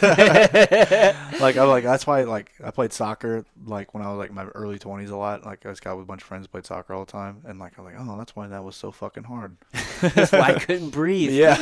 Fuck. Yeah. So I didn't know I was fat. I think I think it was between maybe like 13 and 14. I grew 13 inches in that year. Oh shit. Hit a huge growth Yeah. spurt. And I kind of like thinned out Yeah, and evened shit. out. And like it kind of, then my athleticism kind of made sense for my body. But yeah, I'm just a fat kid at heart, bro. Oh, me Just- too. I want all the. I don't have fucking self-control. It's bad. There's certain things I can't have in the house. If it's in the house, I will eat it all. I'm real bad with chips. I can't open a bag of chips without finishing them. A bag is one sitting. Yes. Dude, you get like these, I don't know whether like 3 quarts or 3 pints of ice cream or whatever, like the little oval ice cream Yeah. things.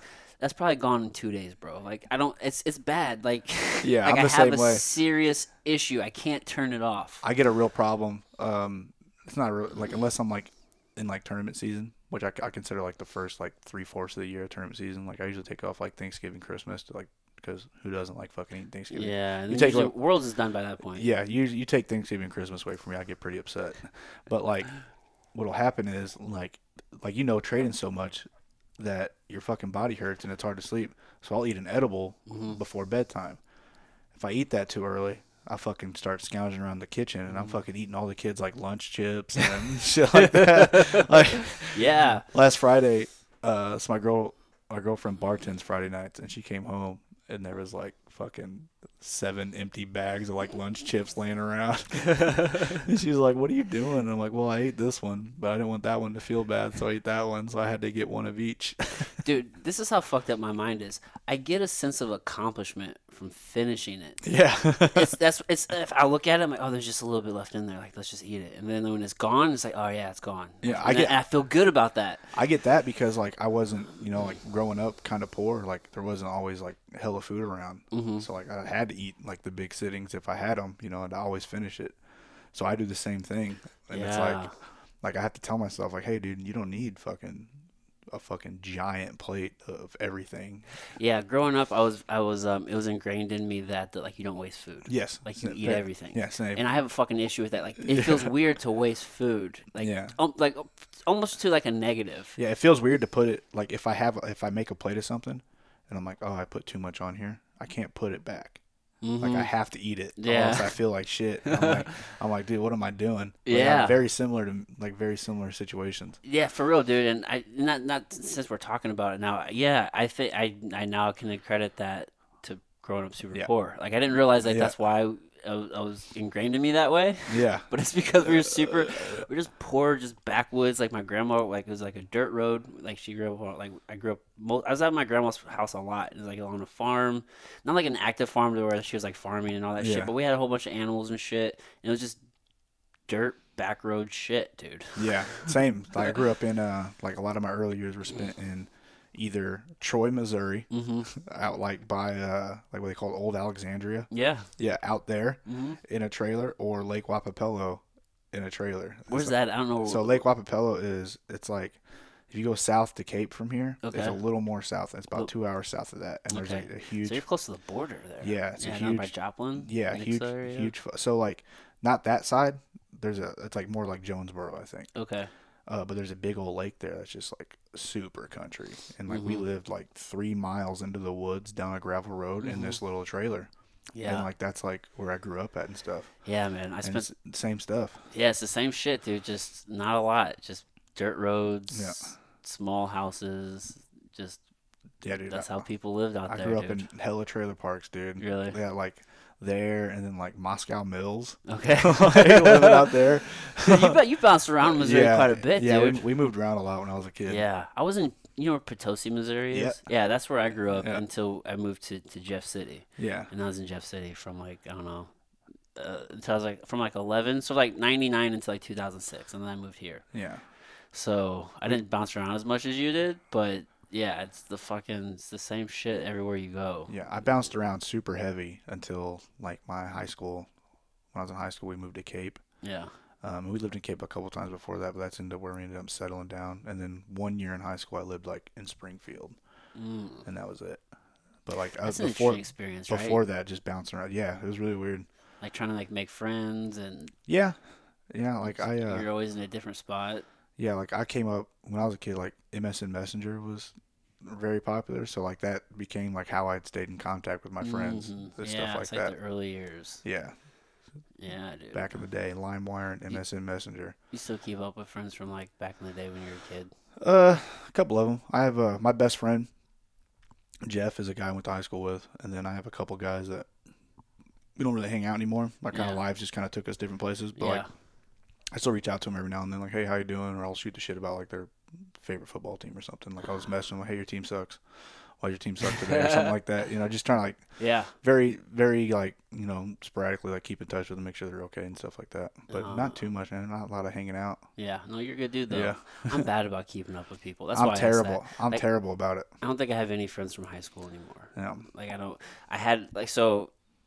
Well, I guess I shouldn't say that. So I guess my best friend growing up. I mean, but it's been outside from that one person. But even him, I haven't talked to him in over a year. Yeah. So like that's what I say. Like I'm really bad about keeping up with people. I have like, besides jiu-jitsu people, because I see them every day, like two of my friends that I talk to a lot. Yeah. But other than that, man, like even my own family, like I'm super bad about like keeping in touch with them and stuff like Same. that. Because it's like an out of sight, out of mind kind of thing for me. You know what I mean? Yeah. So like unless they like reach out to me, like I just don't think about it. Yeah, I don't think about it. I just keep doing what I'm doing. Yeah. And it's like if you're not immediately involved in like this kind of thing that I'm going like this world that I have, Yeah.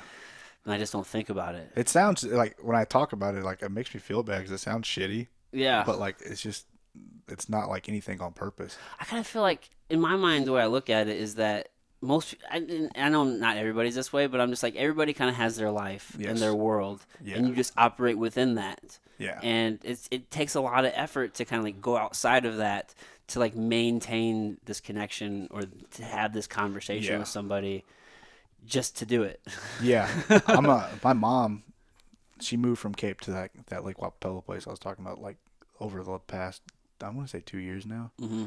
But like we would see each other a lot because like we lived in the same town. So I'd meet her like once a week for lunch and things like that. But when she moved, she's like, hey, we don't really talk that much anymore. I'm like, yeah, you moved 2 hours away. She's like, come see me. I was like, you live 2 hours away. I thought that was the point of moving out there so no one bothered you. Yeah. So like I can tell she gets upset about it sometimes, but like it's the same thing, man. Like I just get my daily routine. Yeah. And if you're not involved in the daily routine, then it kind of just goes by the wayside. And it's not on purpose or anything like that. It's just kind of like how things happen with me, especially because I get super focused on what I'm doing that day. Yeah. You know what I mean? And you know, it sucks. Like sometimes I'll like not look at my phone for a little bit and like I'll like miss a text message from my girlfriend or things like that. Even somebody I see every day I live with, it still happens too. Yeah. And it's like not on purpose. It just kind of happens and it sucks. Well, you're just present with like what you're doing. Yeah. Yeah. I've noticed, and I guess maybe this is what I've learned, is that some people are just much more just like oriented and like relationship oriented. Like they want to maintain relationships no matter like time or distance. Yeah. And I'm not nearly as good at that. I'm horrible at it, man. I'm so bad at that too. So I understand. Yeah. I feel like, oh, you haven't talked to me in forever. And I'm like, yeah, what's up? Yeah. But this is the thing though. Like I can make a connection with somebody and then I might not see you or talk to you for like 3 or 4 months, but then if I see you again, it's in my mind, Same thing. it's just, it's like, all right, cool. It's like, yeah, how are you? Like, we're good. Like there's no like, you know what I'm saying? It's like a weird thing. It's like I don't feel like I need to maintain constant interaction with you Exactly. to like have a relationship with you. I mean, shit. When's the last time I saw you? Probably last summer. It's probably been a few months, dude. Yeah. Yeah. Yeah. And then so same thing though. We picked it up. Like it wasn't even a day. Yeah, it's just like, dude, how are you? How are things? Yeah. And not everybody operates that way. Some people need like constant connection. Yeah. To know that they have that relationship, and like I'm not that person. I'm not either. Like Yeah. I'm just gonna assume it was the same as when I last saw you, unless That's, unless you tell me otherwise. That's it, dude. That's it, man. Oh fuck. Well, I'm glad we have that in common, Cody. Yeah, right. Dude, so what's a day look like for you? Like what? I mean, you get to pretty much just do what you want. Yeah, it's all still pretty focused on competition jiu-jitsu Mhm. and getting ready for that. So I'll wake up and I'll go to the gym and I'll lift. I do that Monday through Friday. And it's not like crazy lifting. It's like I'm in lifting for like 30, 40 minutes. Yeah. And then I hang out in the sauna for a little bit. And then, I'll have like a couple hours and I'll either go take a nap, or if I went to the gym a little late, I'll just go straight to the gym and Okay. I'll train at noon, like a really hard session usually, or depending on the day, I'll go to Mount Vernon. Yeah. And then I'll go back to my house. I'll eat lunch, fucking play some video games for like an hour just to like get my mind off jiu-jitsu again. Yeah. And then I'll go back to the gym. I'll teach the little kids. I'll teach the big kids with Brian, and then I train again. You know what I mean? So it's just rinse, repeat all the time. And then Saturdays, are a little lighter. I'll wake up and I'll work out, and I'll do the one class, and I usually hang out with the family after. And then Sundays, back to the hard training again. So 2 to 3 sessions a day. Yep. Hard training, lifting. The first one usually light lifting, movement, sauna. Yep. And then hard training the other 2 sessions. Yep. Is it almost always in gi, or you usually switching up gi and no gi? So I do a lot of no gi in Mount Vernon, and then I do Friday nights at our places no gi. And then everything else is all gi. Everything else is all gi. Yeah, we don't have a lot of competitors. Like I'm the only like actual full-time competitor at my gym. Yeah. Then we have some guys that kind of dabble in it every once in a while. So like it's usually just catered to the hobbyist guy at our gym. You know what I mean? So it's all in the gi, for the most part. Yeah. And then like we have fighters, so we started the no gi class for the fighters and the guys that want to compete more often. Yeah. Yeah. So. Are you having an issue finding guys that train hard enough? Yes and no. I think just like the Midwest mentality makes guys more rough. You know what I mean? Yeah. So like our noon classes, for whatever reason, have turned into like a really hard training session for most people. So guys that come in, so like that's where like my strength coach trains every day at noon. Kyle Kurtz trains at noon. We have a brown belt that likes to compete that trains at noon, and then like the other like higher belts will come in. They'll take their lunch break and they'll come in because they know what the hard training is. Nice. So they'll train hard almost every noon class. Every once in a while, like they won't come in because they're like not feeling good. Shit happens. The night class a little bit more. But the good thing about night class is it's a bigger class. There's like 40 people in there, so I have more bodies. Yeah. So I can get my rounds in without having to, without people having to commit to training hard that night. Right. So it works out a little bit. Yeah, that works out. Yeah, and then also when I go to Mount Vernon like once or twice a week, those are always hard rounds. Always hard rounds. There is no easy round. Yeah. Never ever. So I don't have a problem finding like super hard rounds or anything like that. Yeah. I always find that when people talk about how hard Mount Vernon is, it's because they're usually just like strictly jiu-jitsu people. Yes. Because for me it was always MMA focused. Like jiu-jitsu was strictly just for MMA for me. Yeah. And then when I stopped doing MMA, I just went all into jiu-jitsu. But having trained at that level or at that intensity for MMA for so long, everything that they do up there is just it's just MMA training intensity is all it is. Yeah. It's just a higher intensity, which I guess most jiu-jitsu people aren't really used to. But every time I hear people talk about how hard it is, in my mind I'm like, yeah, it is. It is hard. It is hard. Yeah. But I'm just so used to it. I almost don't think it's hard. That's what I tell people. Like, it's hard in the fact that like you got to be on your fucking shit every roll or else you're gonna get beat up. Mm-hmm. But like, it's no different than like every gym has the competition class. Mm-hmm. It's the same thing. It's intensity. It's hard. Yeah, it's hard. But they're intense 7 days a week, whereas most people are intense for an hour a week. Right. It's just a mentality difference. Yeah, it's just a mentality difference. And, it's good. Like, he's created that environment to where, like, when you go in there, there is no hobbyist going in there and, like, getting mad that they went hard because that's what they know to expect. Right. Whereas, like, my gym, for instance, if, like, I was to go in and be like, hey, fucking, you know, Andy from who's 46 years old and has never really trained that hard. Today you're doing 10 rounds back to back with everybody. He's gonna be like, I'll do 5, and I'll go the fuck home. It's like, nope, 10. Yeah. Yeah, that's true. It's just what are you getting yourself into? You gotta know it. Yeah, it's just, you know, expectations at that point. Yeah. You know what I mean? And it helps when you have a room like Heath has made, where you have a room full of guys that want the same thing. Yeah. So they want the same thing, and they're all working together to get that. Whereas, you know, like our gym, me and Brian's gym, maybe you have a guy that just wants to make friends, maybe you have a guy that wants to lose weight, and you have one competitor in there that day, and then you have another guy that, you know, is fresh off an injury and just wants to watch. Right. You know what I mean? So like they don't want the same thing, so they're not going to train the same way. Yeah. So unless you're around people like that all the time, you're not going to be used to going like that all the time. That's true. Yep. I think what sets those guys apart from a lot of people is that they never stop rolling. No. And that's where a lot of people fuck up. Yes. Is, you know, because you're always courteous, like, oh, I bumped into this group over here, let me stop rolling, let's move, let's adjust over here. Yeah.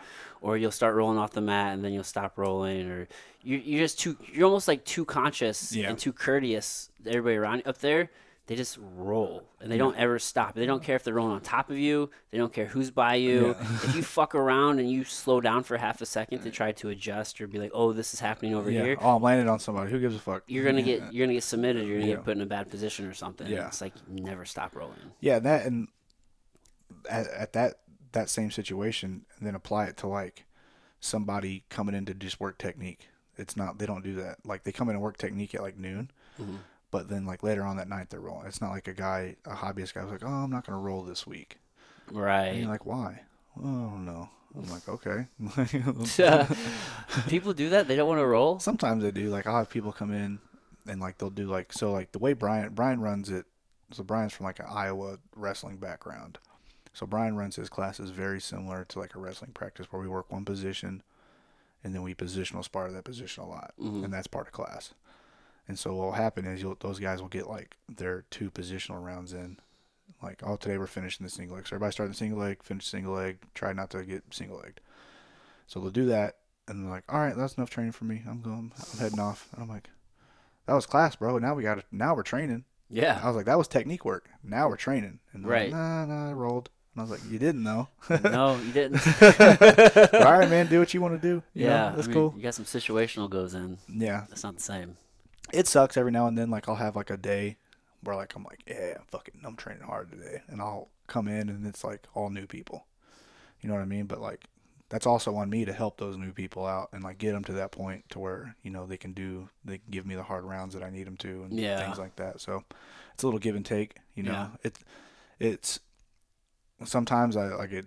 It like makes me go like, ah, fuck. You know what I mean? And then sometimes I'm like, all right, I'm here. That's my job in the gym as like one of the instructors to help these people out, you know, things like that. Yeah, it's a process to get somebody like it is just competent enough to just do jiu-jitsu. Yeah. You know what I mean? Yeah. Because like, I can teach you some of these positions. You have to teach them just a lot. Actually, you have to teach them the positions. You have to teach them like, okay, you got to be able to shrimp. I got to be able to teach you how to kind of shrimp and retain your guard. I got to teach you how to pass this guard. Teach you a sweep and maybe a couple submissions. All right, now you have a basic foundation. Yeah. To kind of go do this thing. And also how to roll is something that a lot of people don't teach, but they should. Like, yeah, they don't even know like what's the objective or how to do this, right? Yeah. So you have to like just get them to a very basic level just to even start this thing. Yes. It's like, now I can start teaching you jiu-jitsu. Now you know you got the building blocks. Now we can start putting stuff on top of it. But yeah, so like, but some days like I'll be like kind of beat up, you know, when I'm sore, and I'll walk into the gym and like it'll be all new people, and I'm like, well, I'm just gonna go home because like resting is also a good idea. Yeah. So I'll tell Brian like, yeah, I'm gonna, you know, like I'll watch class for a minute and help out, and then I'm gonna dip out. And he's like, all right, man, cool, whatever. Yeah. Do you do a lot for recovery or? So we have a chiropractor at the gym that works on me, and he helps me out once a week, and then I do like cryo and like sauna once a week, so that helps out a lot. And then other than that, I just like take easier days. Yeah. So like Saturday's an easier day for me, so like I'll I'll go train, or like sometimes I won't even train on Saturdays. I'll go to the gym and I'll like do like a private lesson, or I'll go to the gym and I'll like work on technique, and then I'll just go home for the rest of the night, and I'll sit on the couch and just relax or do whatever with the family and relax. Yeah. But other than that, just like cryo, massages, like in chiropractor, things like that. Yeah. Yeah. Massages are amazing. They're the best. I had a really good massage therapist, and she broke her back. Oh shit! But she like it's hard to get, like you probably know, it's hard to get people to actually dig in deep on you. Mm-hmm. Like people were like, "Oh, I'm gonna hurt you." Like, I promise you, you're not. You will not. You will not. I was like, "Please get the jackhammer out and just go to work on my spine." Like, she was really good. Only thing about her is that she talked a lot, and like, so that was the only big thing I had with her. But she was really good. But then she broke her back. I've always had a hard time with like female. What's the term? Masseuse, yeah. Massage therapists. Yeah. Like their hands are never strong enough. Yeah. To like dig in. It's like I need fucking strong ass hands. Yeah. I usually have dudes give me massages just because their hands are stronger. Even then, like it's just like you got to find the right person that just is not gonna be like, "Oh, I'm hurting you." I'm like, no, you're not. Trust me. Dude, I had this one guy. I thought he was gonna hurt me. I bet it was a great massage though. It did. I felt great afterwards, but he did this thing that no one had ever done before. Which makes me question everybody else now, actually, because he like reached up underneath my scapula and like kind of like put pressure on the muscle like under the scapula. Yeah. And bro, that hurt so bad. and then he put some pressure kind of like through here in my shoulder. Yeah. And I'm like, fuck, bro, I think you're about to... I've had surgery on the shoulder. I'm like, I think you're about to tear my shit. And he's not going to. Like, I know he's not going to, but that's how bad the pain was. And afterwards, I felt really good. Yeah, it's probably all super knotted up. It was, dude. Yeah. I have really knotted up, like, muscles in my back. I've had a herniated disc in my back, like right in between my shoulder blades for the last few years. And so, like, what it does is it fires off into that muscle right next to it. Oh, and shit. so that muscle in my right shoulder is just always like this. So with that lady being out of commission, I've been having my chiropractor scrape me, and that's been doing wonders. Really? Oh, man, it's great. He gets in there with the like, he, like, puts BioFreeze down and then takes the middle and just jams it in there. there. Dude, it's great. It's amazing. Oh, nice. It's the best. And I got one of those hook things, too. And so, like, I'll sit at home, like, on a bad day, and I'll sit there and watch TV, and I just work on it. Do you ever do, like, foam rolling or anything like that with, like, a lacrosse ball or anything? Yeah, I do that usually. I do that usually before, like, I train every day. I always throw it out, pull it out, and just before class starts, roll my back out and things like that. Yeah. But, yeah, the ball right on that spot works a lot, too, because it literally is just, and that's what my doctor told me. He's like, yeah, it's just going to fire into that, and it's going to cramp up all the time. Really? And I was like, oh, that sucks. Can you do anything for, like, decompression to maybe fix that? I probably could. I probably should start doing that. Like an inversion table or some shit? We have one of those things you put on your head and kind of hang from the door on. Mm-hmm. I probably should do that. Yeah. Where's it at? Where's this pinched? Where's the pinched nerve? Is it like up in your neck where that would help, or is it? It's like directly down in between my shoulder blades. Okay. Like where that spine, like I can't remember. It's like C whatever, but it's like literally right in the middle of my shoulder blades. Oh, really? Yeah.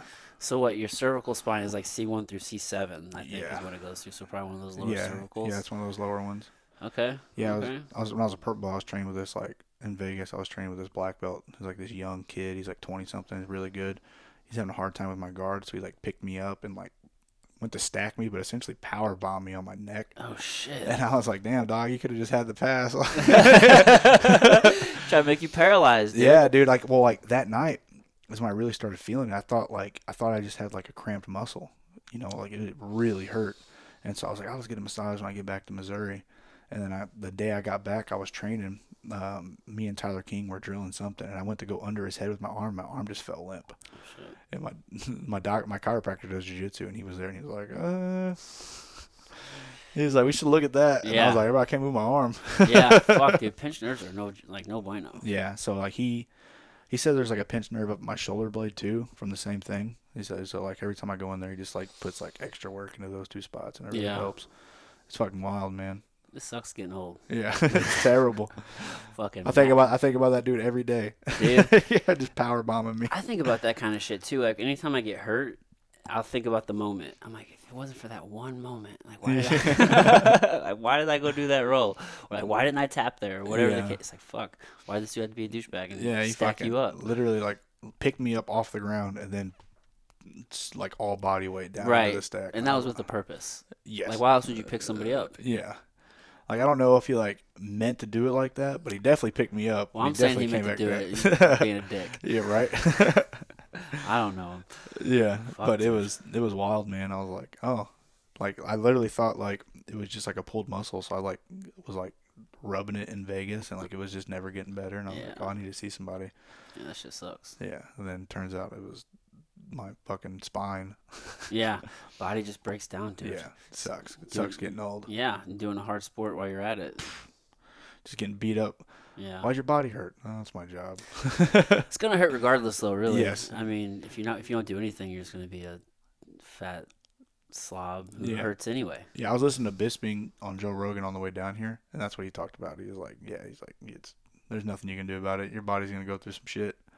Well, he's an exception. Yeah. That fucker's blind in one eye. Yeah, that's wild as fuck, bro. He fought 10 fights lying to the doctors. What? Like, how did? Oh my god, that guy's insane. Yeah, that's wild as fuck. Yeah, I haven't listened to that conversation, but It's pretty good. But is they talk in depth about the things he had to do to lie about his eye. really, That's yeah, wild, yeah. I've dude. heard him talk about that some, but yeah, I can only imagine the things that he actually had to do. Yeah, He wanted it though. it was some high level buffoonery. Really? to get his eye passed by the doctors. Yeah, it's Oh wild. shit!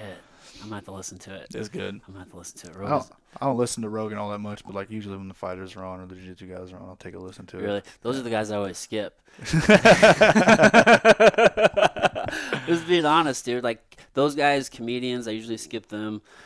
I skip the comedians a lot.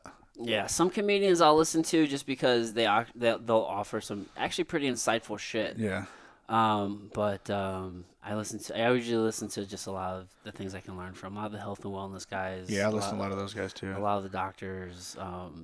I stopped listening to a lot of the doctors over the past 2 years. I just got tired of hearing about COVID all the fucking time. Yeah. I was like, dude, no, I don't care. Yeah, yeah. Like especially in the beginning. Like in the beginning, I kind of listened to it. Some of the virologists that he'd have on, and different things. And then I definitely actually focused in on my podcast. I really stopped listening to Rogan for quite a bit actually. That makes sense. And then I would kind of cherry pick different things. And Yeah. I like to listen to him as like a study. Yeah, that makes sense. Because dude, he's so masterful at Yeah. the way he just has a conversation with Yeah. people. So I like to listen for that. He's the best at it for sure. Like that's why he's like the biggest podcast in the world. Yeah, and he's just able to just talk to so many different types of people, Yeah. and the way he'll ask questions, even if he knows the answer or whatever the case may be. Is so I like to learn. Yeah. Like so, there's that. But yeah, I don't know. There's just certain really like, dude, his fucking conversation he had with I always fuck up the guy's name. Hold on, I don't want to fuck this up. To the Google. DuckDuckGo, bro. I don't fuck Google. DuckDuckGo is good too. To the DuckDuckGo. JRE. It's like, I don't know why I can't remember this fucking guy's name. It should be an easy one to remember because it's such a hard name. It's not hard to pronounce, but it's hard to say, to remember for me to say. I don't know if I'm saying that right, Cody. I'm just an idiot. I get what you're saying. Do ya? Yeah. I picked it out. Oh shit! I don't talk very well. I should just quit this thing.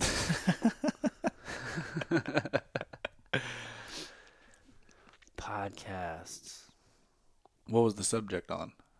Kind of like, so this guy is he was essentially a terrorist, and I know exactly. You know what I'm talking about? Yes, I listened to that too. That was a good listen. yeah, and he talked about like infiltrating cabinets and Yes. kind of nothing was like violent, but I want to remember. But that was just a really good fucking conversation. So I'm kind of listening to different world Yes. things like that right now. I did listen to Peter McCullough and Dr. Robert Malone. Yeah. Just things I can learn from. I think he just had I can't think of the guy's name now. I like Dakota Meyer, I think he just Yeah. had on. I might check that one out. Guys like that. I'll listen to different things. Like I really want to hear their perspective, but I'll also listen to. He had a security specialist on, and it was actually one of the hardest conversations for me to like get through because the guy was just one hard to listen to. Was that the anti-smartphone guy? Yeah, probably. Yes. Yeah, Doctor something or other. I got like 10 minutes into that. It was tough, dude. Yeah. It was a tough one. It was a slog. Like I turned it off and then I turned it back on and I finally just sat through it and got some okay information on it. Yeah. But yeah, dude, it was a hard one to listen to. I usually listen to like the ones I won't miss are like when he has like experts in like really fringe fields on. Yeah. Like the mushroom guy. I really like the mushroom guy. Which one was that? He always wears like a fucking hat made out Oh, of Paul Stamets. Yes, Yeah, dude. I love that guy. Yeah, those kind of guys. The ancient civilization guys, like they could be bullshit and I'll still listen to them. Yeah, It's he just his fun stuff. talking about Randall Carlson. He just had him. Yep. Yeah, dude. Yep. Those guys, I love listening to those guys. Why am I'm on Spotify.com. I searched Joe Rogan. It was and it doesn't. I listened to that on the way back from that horror thing in Springfield. Which one? The guy he was like the former extremist. Yeah. Yeah. I don't know why I'm so bad at searching. I can't remember this. his name either. See, if I had my phone, I could just pull it up. But why? So I'm on podcasts, and I want to know why. Maybe they haven't updated their website because like everybody's usually on their phone listening to Spotify. Bro, it's terrible shoes. I type in Joe Rogan, it gives me an artist, but it doesn't. Hold on, let me see. What if I go Joe Rogan Experience? Nope, it still gives me top results. Joe Rogan as an artist. That's so fucking weird. Okay, but then if I go to podcast, then that's so weird. Never mind me. Either way. What's this guy's fucking name? I'll pull out my phone and we'll look. You're gonna beat me? Maybe. You probably will. Maybe they removed it too. I don't know. No, He was talking crazy about COVID, so they might have took it off. I don't think. Do they remove shit from?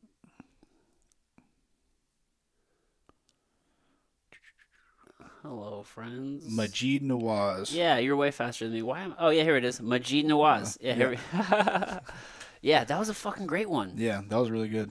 Yeah, and then right before him was this infectious disease one, which was this Michael Osterholm. Well, he was the first guy he had on about COVID. Yes, he was. So I was listening to this conversation, and it was actually a very rough conversation to listen to. Yeah. Did you listen to it? Yeah. What was your take on it? I try not to like when like whatever doctors come on. I don't know what the fuck I'm talking about like that. Like he had some things that like I was like, oh, hey, that makes sense. And he had some things that are like way over my head. Yeah. So I was just trying to take it all in. Yeah. And then what I usually try to do is I'll go to like some comment section or something, and hopefully somebody will clear the woods for me. But on that one, no one did. Everybody's just arguing about it. So I was like, oh, okay, whatever. Well, the thing that stuck out to me the most was when he even commented on it at the end, it was just how many times he kept fucking saying, I don't know. Yeah. Like he didn't want, to me, it seemed like he didn't want to actually answer any questions. Well, you also, which is, I understand, like you gotta be measured. Yeah. But it just seemed like there were certain things that was asked about things that we actually now have information about that he didn't want to address. And the key one was, for example, like the lab leak idea. Like he kind of like wanted to like tiptoe around that or just like never give like a definitive, like, yeah, I think. Yeah. Or it was just always very measured, and I kind of appreciate that a little bit. I can appreciate that. Because, like, if he really didn't know and he's just not sticking his fucking foot in his mouth, that's nice. Because, like, sometimes, here's my issue with some of the people that go on Rogan is that they'll start talking about things they're not experts in their field on, and they'll just spout bullshit. That happens, too. It happens a lot. That happens, too. So, whereas, like, I don't know would have sufficed, but they just start rambling on. We should say I don't know more often. Yeah, I agree. You're right. There's nothing wrong with not knowing. No, you're right. But somebody like that, though, some of that stuff he should have known. Some of the stuff he should have known, or it's like, well, most of us already. It's like, okay, I can't think of the exact example, but there's a couple things in there where it was like, all right, maybe you don't know, like in a very literal sense, like you don't know, like firsthand. But there has been information that has like come out that gives you a pretty good fucking idea. And he'll be like, I don't know about that, so I can't really say. It's like, but we have a pretty good fucking idea, dude. Like, other people have let it known. So, but no, yeah. Either way, you gotta really, really pick and fucking choose. Yeah, Because I'm trying to get to this level, bro. yeah, Like, how do you keep up? How do you keep up, yeah. And he's knocking them out all the time, dude. dude? Dude, how do you? You're doing good though. What number are you on now? This will be 229 or 230, I Hell yeah, think. that's a good number, bro. It's decent. I'm just gonna keep You're doing it. I'm not killing gonna it, dude. stop. Yeah. We're just gonna keep on rolling. I mean, You got good guests on, dude. You guys talk about cool stuff. I know I got you on here. Hopefully, Cody. I'm not the most boring one. You're the best fucking guest, bro. All those other guys suck. Yeah, fuck those I don't guys. ever tell them that. Especially Chaz. Fuck Chaz. No, I'm just kidding. Who is Chaz? Yeah, who's Chaz? Has he even been on the show? Yes. I'm just kidding. I love Chaz. No, Chaz is a great guy. But I know he's gonna listen to this, so I gotta get the fuck Chaz in there. Fucking Chaz. No, I like Chaz a lot. Chaz is always a really cool dude. Yeah, that's super nice. He's fucking crushing it with his Twitch. Yeah, he's doing great, man. Why don't you do awesome. Twitch, bro? I'm not good enough at games. Dude, you are a fucking gamer. Don't lie. Here's the problem. I always get people that like say, "Hey, you should do this or you should do this." I'm doing jiu-jitsu so much, man. It's like, I don't really have time Yeah. to do all that stuff. And then if I add another activity in there, my girlfriend will stab me in my sleep because I'm really busy. And Well, if you already play games anyway, though. I play games while she's at work. That's when you just throw on the camera and just let them watch you. Just talk some shit. Yeah, I get it. Well, who needs one more thing, though? I be cussing at games, man. People get mad at me. Bro, listen, I'll be up here.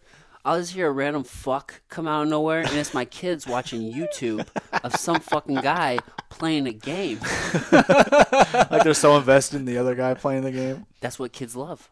It's true. They all love it. They all love it. Bro, you might as well take advantage of what you're already doing. I might. Why not? I tried streaming like during COVID when we were super locked down. Yeah. And then like It's it not just your shit. I just don't think I did it right. Like it never really worked out for me. Oh, because you did it for a few months during COVID and it didn't work out? That's Well, weird. like Should have did that with jiu-jitsu. Right. Did it for a few months, it didn't work out. well, like Just quit. I was doing it wrong, so it like wasn't like recording all that well, and then no. like I don't think my computer was good enough to do both. So Yeah. I have a better computer now, so I probably could, but You could. also What's that's a lot of work. Yeah. Well, you got your focus. Yeah, I can appreciate that. yeah. What's the game of choice right now? I play Magic the Gathering almost every day. Okay.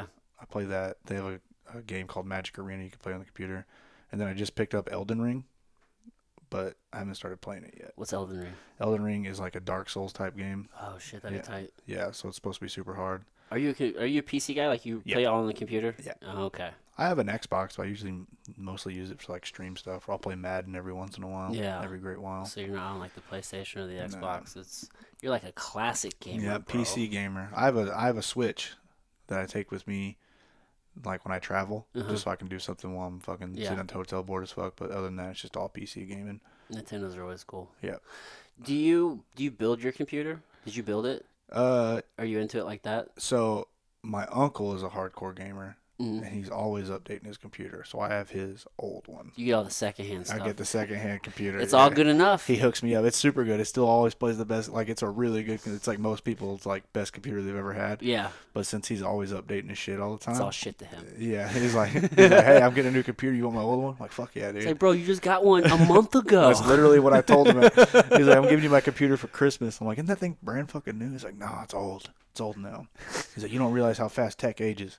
And I'm like, fair. But I yeah, mean, he is right. He is. If you're like on the cutting edge, a 3-month-old computer might as well probably be a dinosaur to Yeah. those guys. yeah. But to me, Yeah, to me, or I just want to play the card game and play offline games. It works great. yeah, It yeah. works perfectly. Dude, so Magic the Gathering, huh? Yeah.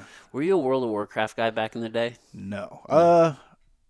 I played it a little bit, but never like hardcore. I actually got when I was a teenager, I got into this online game called Ultima Online. It was like the first like big massive multiplayer online game. Okay. I got into that heavy.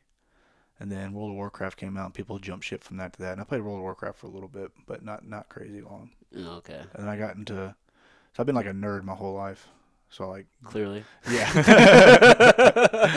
So like I play before I moved to Florida, I was playing hella Magic the Gathering like all the time, like almost as much as I was doing jiu-jitsu, because it was easier to do after partying.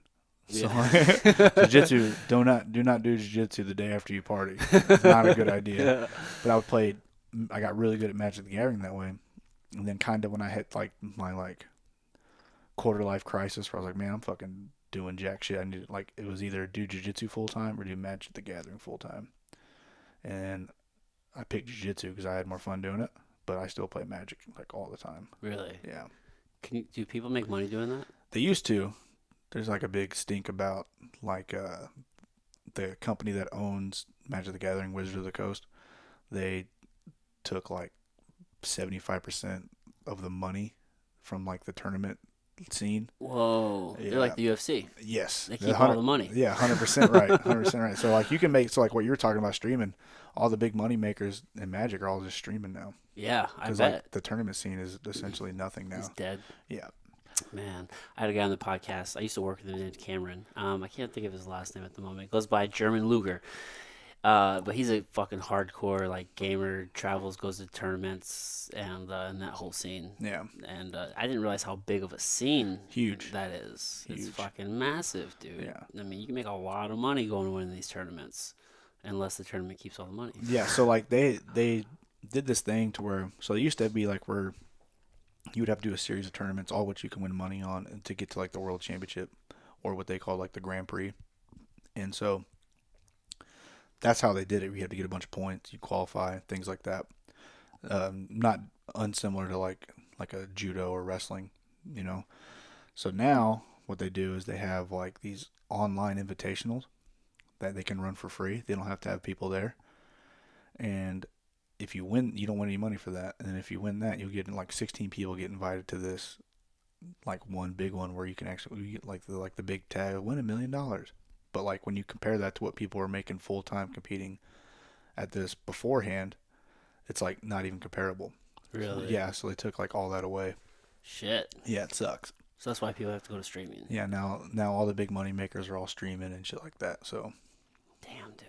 Yeah, it sucks. Greedy motherfuckers. It is, and they had like their best year ever. Like the year they took all the money away, they had like their best fiscal year ever. Really? Yeah. So everybody was like, shit. everybody was like, "What the fuck?" You gotta fucking pour it back into the community, dude. Yeah, they don't do that shit. But yeah, other than that, man, I play a lot of Dungeons and Dragons too. Okay. So I'm a fucking nerd. I'm the most hardcore nerd ever. So, Yeah. dude, that shit. Here's the thing, man. I've always liked that shit. Yeah. I just never got into like playing that shit. Yeah. Here's the thing. I might as well be. So my daughter, we found out is she's like on the spectrum. Yeah. But it's not so much so like she's not severe. Like if I didn't tell you, you might not know. Yeah. So my fiance, she's super observant, and because like I guess we've been together going on 7 years now, but like she's super observant of like me and the kids and stuff, and know what she knows about Addison, and then like observing me. Sometimes I feel like I'm on the spectrum, and she's Right. sometimes she's like, I think maybe you are, and I say that because I never really got in like playing those games, but like Yeah. I'm so into like just the idea of like stories and fantasies. And dude, I can watch the same fucking movie probably like 20 times Same. and be just as interested in the story as the first time. Yeah. And it's like crazy how like I can do that. And that's kind of like a trait. I bring that up because that's kind of like a trait of people usually like on the spectrum. They can usually enjoy something They like get that hyper focused on. over and over Yeah. and over, and it's like at the same time the first time. And that's kind of how I am. So I'm just into like mythology and like that whole fantasy world. I didn't get into the games, but I fucking love that shit, Dude, I'm the same way. It's like we meet twice a month with the same D&D group. We've had the same D&D group since I was like 16. Oh, that's cool. It's like my mom's ex-boyfriend's brother. I was like, hey, man, I play this game called D&D. You ever heard of it? I was like, yeah. So we started playing it. And then so it's like his whole world that he built, all that shit. And Really? Dude, we've been doing that since I was fucking 16 years old. Dude, that's so cool. Yeah.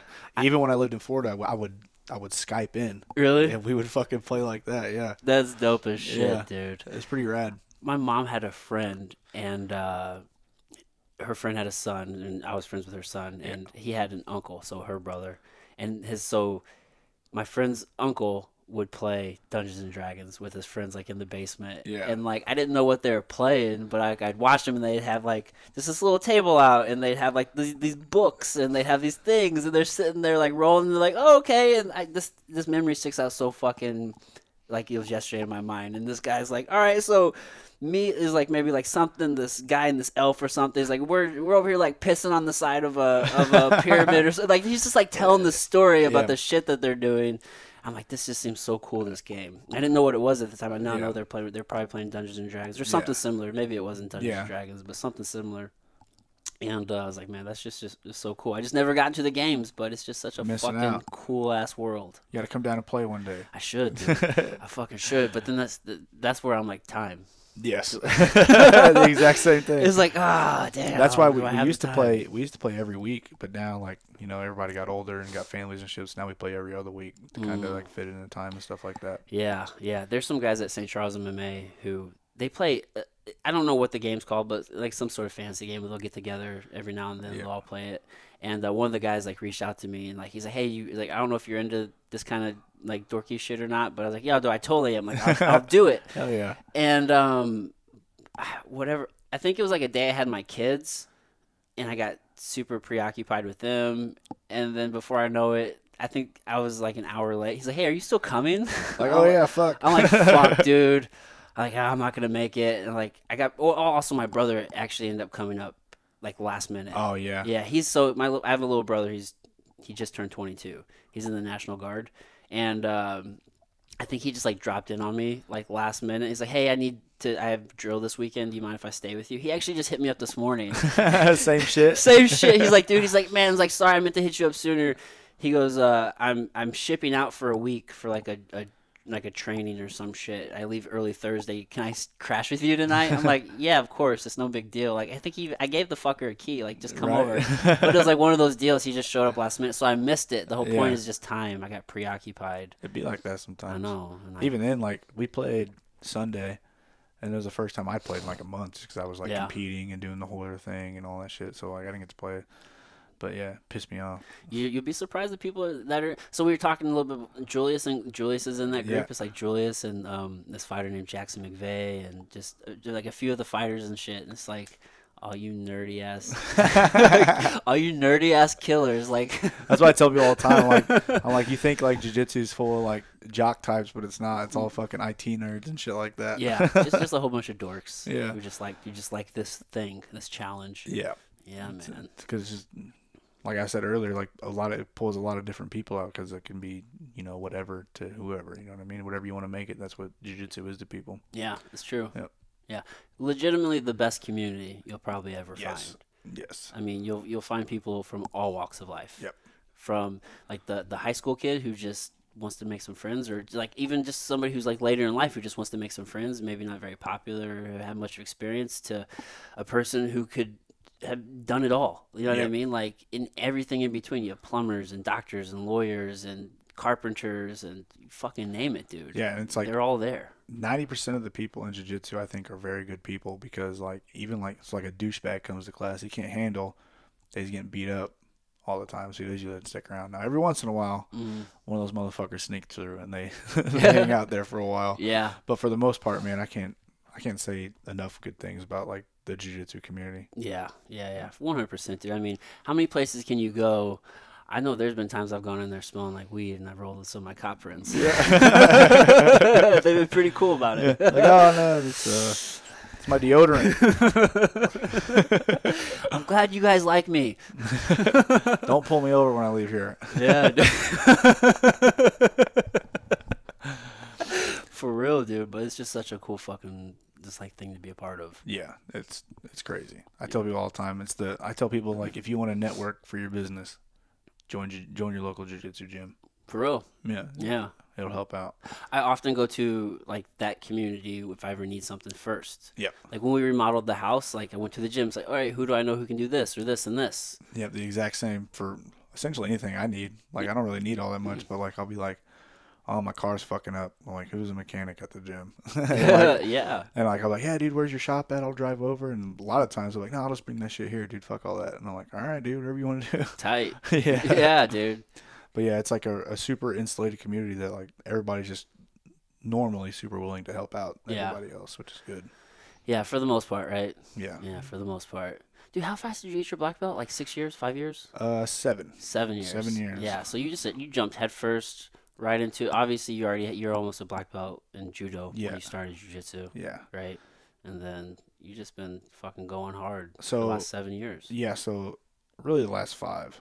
White to blue, I kind of fucked around a lot. I was Okay. partying all the time. Trying to figure out whether, Yeah, and yeah. then I moved to Florida, and when I was in Florida, I really got serious. That's when I started getting super serious. And I got my purple belt, and then Brian offered me the job in Cape, and so I moved back to Missouri. Okay. And then he was like, "Hey, stipulate you got to do everything I say. Like you want to win a world championship, we got to do all this." And then from then on, that's really like so. 5 years ago was when I really started like. That was the switch. That was the switch for me. Okay. Yeah. So you were here, you went to Alabama. Yep. And then you came back to here. Yep. And then you went to Florida. Yeah. And now you were here training under Brian, and then you went to Florida. Yes. And you continued to train under Gracie Umida. Yep. Down there. Got it. Okay. What took you to Florida? So I was in this big like downward spiral of partying and DJing all the time, and I got like super depressed because like I don't know if you've ever been around people that like spend every night like downtown at bars and stuff, but they're not surrounded by the best people all the time. So I had like a bunch of like friends, like what at the time I would call friends. They weren't really friends. They were just hanging out because I was partying all the time, shit like that. So I got super depressed about that, and then it got like real bad one day, and I tried to hang myself in my closet, and I broke the rack. The rack broke. Because you're fat. Yeah, because I was fat. That's exactly right. You're not even fat enough to kill yourself. Yeah, dude. So it broke that, and then like my best friend Jeff had just moved down there. Not that long ago, not long before that. I want to say like a year or two before that. And I just, I broke down and called him, and I told him what happened. He was like, "Dude, just fuck that. Move down here. Like get away from all that shit." He's like, "You're not going to get away from that unless you really get away from it. There's not, like, you can't fucking take like a week sabbatical. Yeah. Just fucking pack your shit up, move down there." So I was like, all right. So he talked me into it. I packed all my shit up, fucking drove down to Florida, got a job, like doing kayak tour guides and shit like that. And That's like, cool. yeah. So I really only had like I DJ'd a little bit down there, but it was like once every like 6 months or something like that. You just wanted to be out of that scene. Yeah, that dude, entire it was terrible. thing. Like I was literally partying and DJing every night, every fucking night. But like when I was in Florida, I was like, all right, man, I got some money saved up. I can join a jiu-jitsu gym. And so I went to this place that was by our house, and the guy was never there. The guy that owned it was never there. He had like a purple belt teaching, so I would try to sign up. And he was like, "Oh, I can't sign you up. I gotta wait till he's back," and he never showed up. I did this for like a week straight. And so we were out one night, and I saw a guy with a Gracie Umida shirt on. And I asked him, I was like, "Hey, are you from here?" And he's like, "Yeah." I was like, "Do you train at Gracie Umida gym here?" And he's like, "Yeah," because the place didn't have any website. So I Googled Gracie Umida Fort Myers. No. And there was no website. There. Yeah. So he took me there, and like I was like, "Hey, I got all this money saved up. I'd like to sign up for the year." And so after that, I got like super into jiu-jitsu, and Nice. like I was already super into it, but I started taking it seriously. Right. That was the difference right there. Yeah, and then like after about a year of that, I kind of just like, man, I kind of just want to do this for a living. And so I expressed that to Brian a couple times before that, and then one day he was just like, "Hey, man, you want to come up and help me run the gym? Gym's getting too big for me to run by myself. I'm fucking at the end of my rope here, like just burning the candle at both ends. You want to move up here?" And I was like, "Hey, it's all right. Be up here next week." I was like, Nice. okay. So I packed my shit back up. Nice. Fucking drove overnight. Yeah, but you got a nice little reset. Yeah. Yeah. It was so like I always say this to a lot of people, man. Like moving to Florida while I wasn't there for that long, best thing that ever happened to me. Yeah. Because like if I wouldn't have done that, I either would not be here anymore, or I would still be fucking partying. I'd be the 33-year-old dude at the party DJing, being a fucking weirdo. And that might still lead you to not being here anymore. Yes, That yeah, lifestyle, I guarantee it would have been. it's yeah. not a sustainable No, lifestyle. it sucks, dude. And then towards the end of that, man, I was getting real bad. Like I was like Really? partying till like 5 a.m. every day. How hard were you partying? Like Super hard. is it just like what kind of were you doing, like crazy drugs? No, Were you just like is it just the constant like super late I was drinking a crazy lot. drinking just Drinking a lot. I did like hard drugs a couple times. Like I remember I did so we had like this is a funny story. We have a famous I'm not going to name him, a famous basketball player and a famous football player that are from the area that I'm from. okay. And one off season they both came into this bar. I was DJing the sorority party and they came in. And the dude comes up, the basketball player comes up, and he's like, "Hey man, where are the white girls at?" I'm like, "We got a sorority party, dog. There's hella white girls everywhere. That's the only thing that's here." He's like, "That's not what I'm talking about, bro." And I was like, "Oh shit." And so he he like went and found. He's like, "Hey man, you're the DJ. You want to do some coke with us?" And I was like, "No." He's like, "Don't be a bitch." I was like, "Oh fuck it, whatever." There's a fucking professional basketball player here, dude. Fuck it. So me and this pro football player that was also from the same area, we just did it, and it went a crazy night. We ended up at the strip club that I worked at, and fucking a wild ass night. And then that was the only time I ever did coke. I'll never do it again. I woke up feeling like the worst shit ever. Really? Just the fucking worst ever. And then the other time I did drugs was a guy gave me Molly, and he was like, "Yeah, try." And this was like probably a week before I moved, so I was just up for anything. I didn't give a fuck. Like I was up for whatever. He's like, "Hey," going all he's in. like, "Yeah, you want to do some Molly?" I was like, "Yeah, sure, fuck it." So I did it. We were hanging out at this bar, and like I was just fucking like nodding my head a whole bunch, like getting into like the fucking groove of the music. My buddy Simon from Denmark was like, "What the fuck are you doing?" I was like, "What?" He's like, "You're fucking like just bobbing your head to this shitty song," and it was like a fucking like country song or something. I was just vibing out. Hey, don't so, don't worry about me, bro. And so I went to the bathroom and like pissed, and I was washing my hands. I looked up at the fucking mirror, and my fucking pupils were fucking giant. I looked like a fucking cartoon character, and I was like, "Oh shit, I guess it's taking off." Yeah. And then after that, we fucking went to like this fucking Japanese house party, and it was I was there till like 6 a.m. Yeah.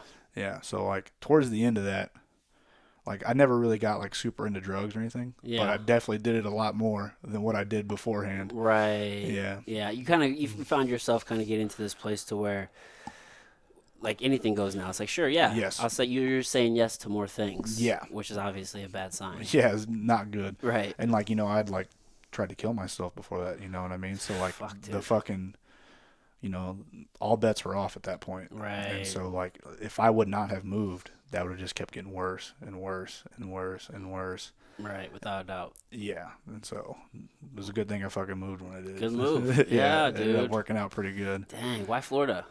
That's just where he lived. This is where he lives, and yeah, then you just like, yeah. So he is him and the other guy that lived with us. They were fly fish guides, so they could work all year long. Got it. In Florida, so I think that's why I think at the time they were going to move to either like Oregon or Florida, and they just ended up picking Florida. Yeah. Good choice because it's fucking cold in Oregon. Get a lot more sunshine in Florida. Yes. yeah. Yeah.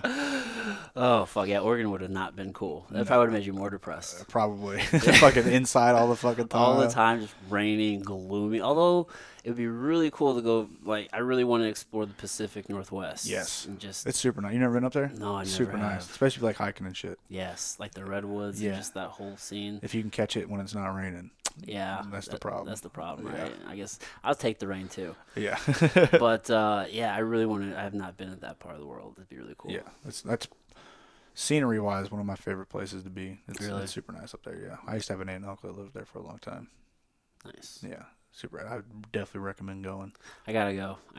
I will. Well, you know what? I've been to Spokane, Washington one time, and I think about it, but I didn't do a lot of exploring. I was only there for, I don't know, maybe like 3 days, and I was actually there to like film and do some shit for an event, but it was also literally like the week before like all the lockdowns with COVID. Yeah. So it's like St. Patrick's Day. We were up there filming for this event that they're having up there, and everybody's just terrified of COVID. So nobody was doing shit? No, everybody was out. Like not nearly as many people apparently as like the past years, but there was a good amount of fucking people that turned out for the St. Patrick's Day thing. Yeah. And it was snowing like fucking crazy.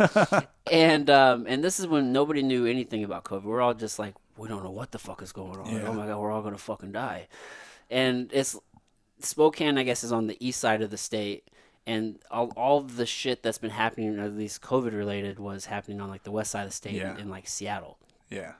And but then there's like all these people from like Seattle that were like in town like there, so we're all like paranoid. We ended up leaving a day early because we were worried that they're gonna like cancel the flights and we were gonna get stuck in Spokane and shit like that. So it probably wasn't as big or as crazy of an event as it could have been. But either way, I was just there to kind of like work. Yeah, just working the whole time. Yeah, I did a couple podcasts. I got to meet Mike, what's his name, Kezia? I can't think of his last name. He's a UFC 170 pounder. I'm fucking. Oh, Michael Kaseya.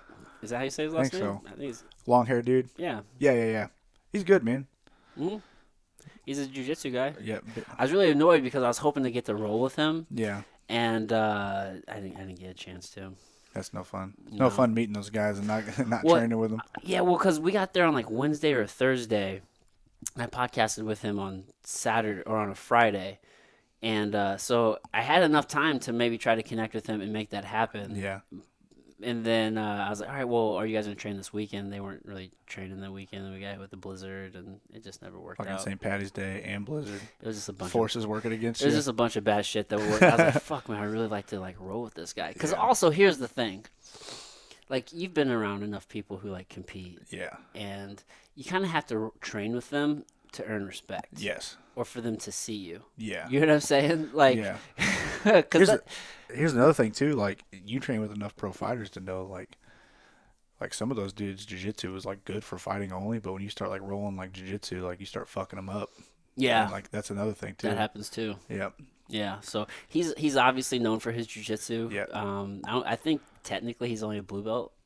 I don't think he actually has any belts, at least at that time. But I would have liked to have really trained with that guy, because like as I'm talking to him, like, oh man, we're super like similar. We had the same fucking birthday. That's wild. Like yeah, for real. Like we're super similar. Like I feel like there's this connection with you, but unless I train with you, it's just not sealed. Yeah. It's just different. I don't know if people listen will understand that, but like once you roll with somebody or you train with somebody, it's just a different thing. Yeah, there's always like, especially like when you know it's somebody that's like tough or good, like there's that little anticipation.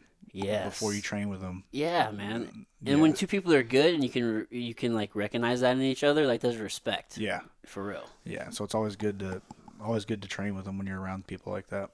Yeah. So I was a little bummed out about that. I would have been too, man. It happens. That's like when I go out to Vegas and like we'll be training in like one of the United gyms there. There'll be like a pro fighter in the corner working on stuff. It'll be like a super known guy. Mm-hmm. Or like actually the funny story, I went to my buddy Charles Patterson's a blue belt under Vinny Malgalaish out there. And Francis Ngannou was in the room training when I went to visit him. And I'm just staring at Francis and I'm like, bro, I'm trying to roll with Francis. Let's do it. They're like, no, he's not rolling today. And I'm like, Yeah. Well, I get it, because he doesn't want to get fucked up by anybody who's Yeah. always just trying to prove themselves. Yeah. It's like, I'm not trying to I get prove that too. anything, but I also just want to roll with yeah, you. I'm probably going to beat my ass probably. I'm just trying to fucking Yeah. say I rolled the fucking Francis Ngannou, you know what I mean? Yeah. Michael Kazia. That's how you say his Yeah. last name. Kazia. Yeah. That makes sense. Is that what you said? Chiesa, something like that, yeah. Yeah. Super nice guy. I'd like to connect with him later on and we'll see. But yeah, I get it, because I don't want to roll with white belts half the time. Because if you have something to prove, I don't need to get hurt for you need to prove something. So I can understand if you're like Francis Ngannou or one of these guys, you're like, oh, I can't just be fucking rolling with anybody. Andrew told me one time, because like Andrew's like now putting out videos when he does like seminars, he's just fucking people up. Mm. And we were talking about it one day. He's like, yeah, I don't know how hard somebody's going to go with me, so I just beat him up. And I'm like, that's a solid fucking point. It's fair. It's like you don't know, so you just do it. To that point, dude, I went to Andy Murasaki seminar one time, and like at the end of the seminar, he was rolling with everybody, and like he's rolling with all the black belts first, and we're kind of like flow rolling and stuff like that. But then he gets to like this fucking giant purple belt, and like dude comes out and just grabs his collar and fucking collar drags him and bounces his head off the mat. Oh. And I'm like, bro, what are you fucking doing, man? And he gets up and beats the fuck out of him, but like Still. that could have been way worse than what it was. You know what I mean? Yeah, like you had to take that though. Yeah. Like it for half a second. Dude, I was like, bro, what is your fucking issue? But I get that though, man. Like I get like why Andrew like is like, nah, I'm just gonna fucking clown everybody because like it's safer for both of us probably. It is. It really is. I remember like one of the lessons I learned from football was the moment you start going half speed is when you get hurt. Yep. Like if everybody else is going full speed around you and you're going half speed, You're getting fucked up every time. Yep. You know what I mean? It might be something stupid. I sprained my ankle real bad, and I think it was probably like a thing where like I took off and like I wasn't moving my feet fast enough and somebody rolled on my ankle. It's like, see, like it wasn't even a situation where somebody came and just like completely clotheslined me. It's just like I wasn't moving at the speed of everybody else and I got fell on. Yeah. Like, if the big motherfucker falls on you. Yeah, it's going to fucking cause pain. That's just going to hurt, bro. Yeah. Yeah, if somebody's going 100% and you're going fucking 10 or 20, dude. you know, that shit happens. Shit fucks you up, dude. I actually got mad at a purple belt that trains with us once a week, Sunday, for that. Like, I was just watching, and I was like not training. I was watching, like, 'cause my uncle's going to do pans he's going to compete for the first time. So I was watching, like, I was just there to watch his rolls, really. But I was rolling, like, a little bit, and, like, it was very obvious I was, like, not rolling hard. Mm-hmm. But he just started fucking going wild and, like, elbowed me in the face and, like, kicked me in the head and, like, all kinds of other, poked me in the eye once. And I was like, all right, dude. It's like, end of the round, I was like, take your 5 minutes. I'm going to fuck you up. He's like, why? And I'm like, no, I'm just going to, we're going to go 100% now. Yeah. Since you are. I am. Dude, you catching enough fucking elbows and Right. heels and just different things. Like, he wasn't doing it on purpose. He's just like a young, early 20s kid. And Just a spaz. yeah, wants to roll super fucking hard. And I didn't want to roll hard that day, and he pissed me off, which is, like, my fault probably, but you know what I mean? Same thing, though. Like, if you're going half speed and they're not, that's when somebody gets hurt. Right. Yeah, you would hope that they can recognize, like, hey, I'm not going full speed right now. You should slow down, too. Yeah. But they don't. No. They don't. No. It happens. Coty, my man, it's been 2 hours. Hell yeah, dude. Dude. Didn't even feel like that at all. It's been such a great time, Yeah. man. Thank you so much. I appreciate it, man. Is there anything going on in your life you want to let the people know about? I got the Fuji World Pro March 19th. Fighting this dude, Adam Sepulveda. I really don't know anything about him. Just moved here from Florida. Like Doesn't me. matter. Yeah, fuck them up. Yeah, Doesn't don't matter. I hope so. I've said that before. I've been very confident about it, and then the exact opposite has happened. I'll say it for you. There you go. So hopefully, I'm gonna go out, and it's in Springfield. So I always like super fights. I take I approach a little differently than like tournaments, because like it's only like one match, and especially for like something like the Fuji World Pro, like what I'm getting paid is already set. So I just go out there and have fun, man. I go out there and just throw crazy shit out. If it works, cool. If I look cool doing it, even better. If I lose, whatever. You know what I mean? So got that going on, and then pans. That's really it, man. You can want to catch me on Instagram at Judoka Coty. That's it. Judoka Coty. That's all I got going on. Dope, dude. I'll put it in the show notes. I appreciate it. Thanks again, my man. Thank you, brother. I'm glad we got to do this finally. Oh, me too. Me too. Fourth time's a charm. All right, everybody. Bye.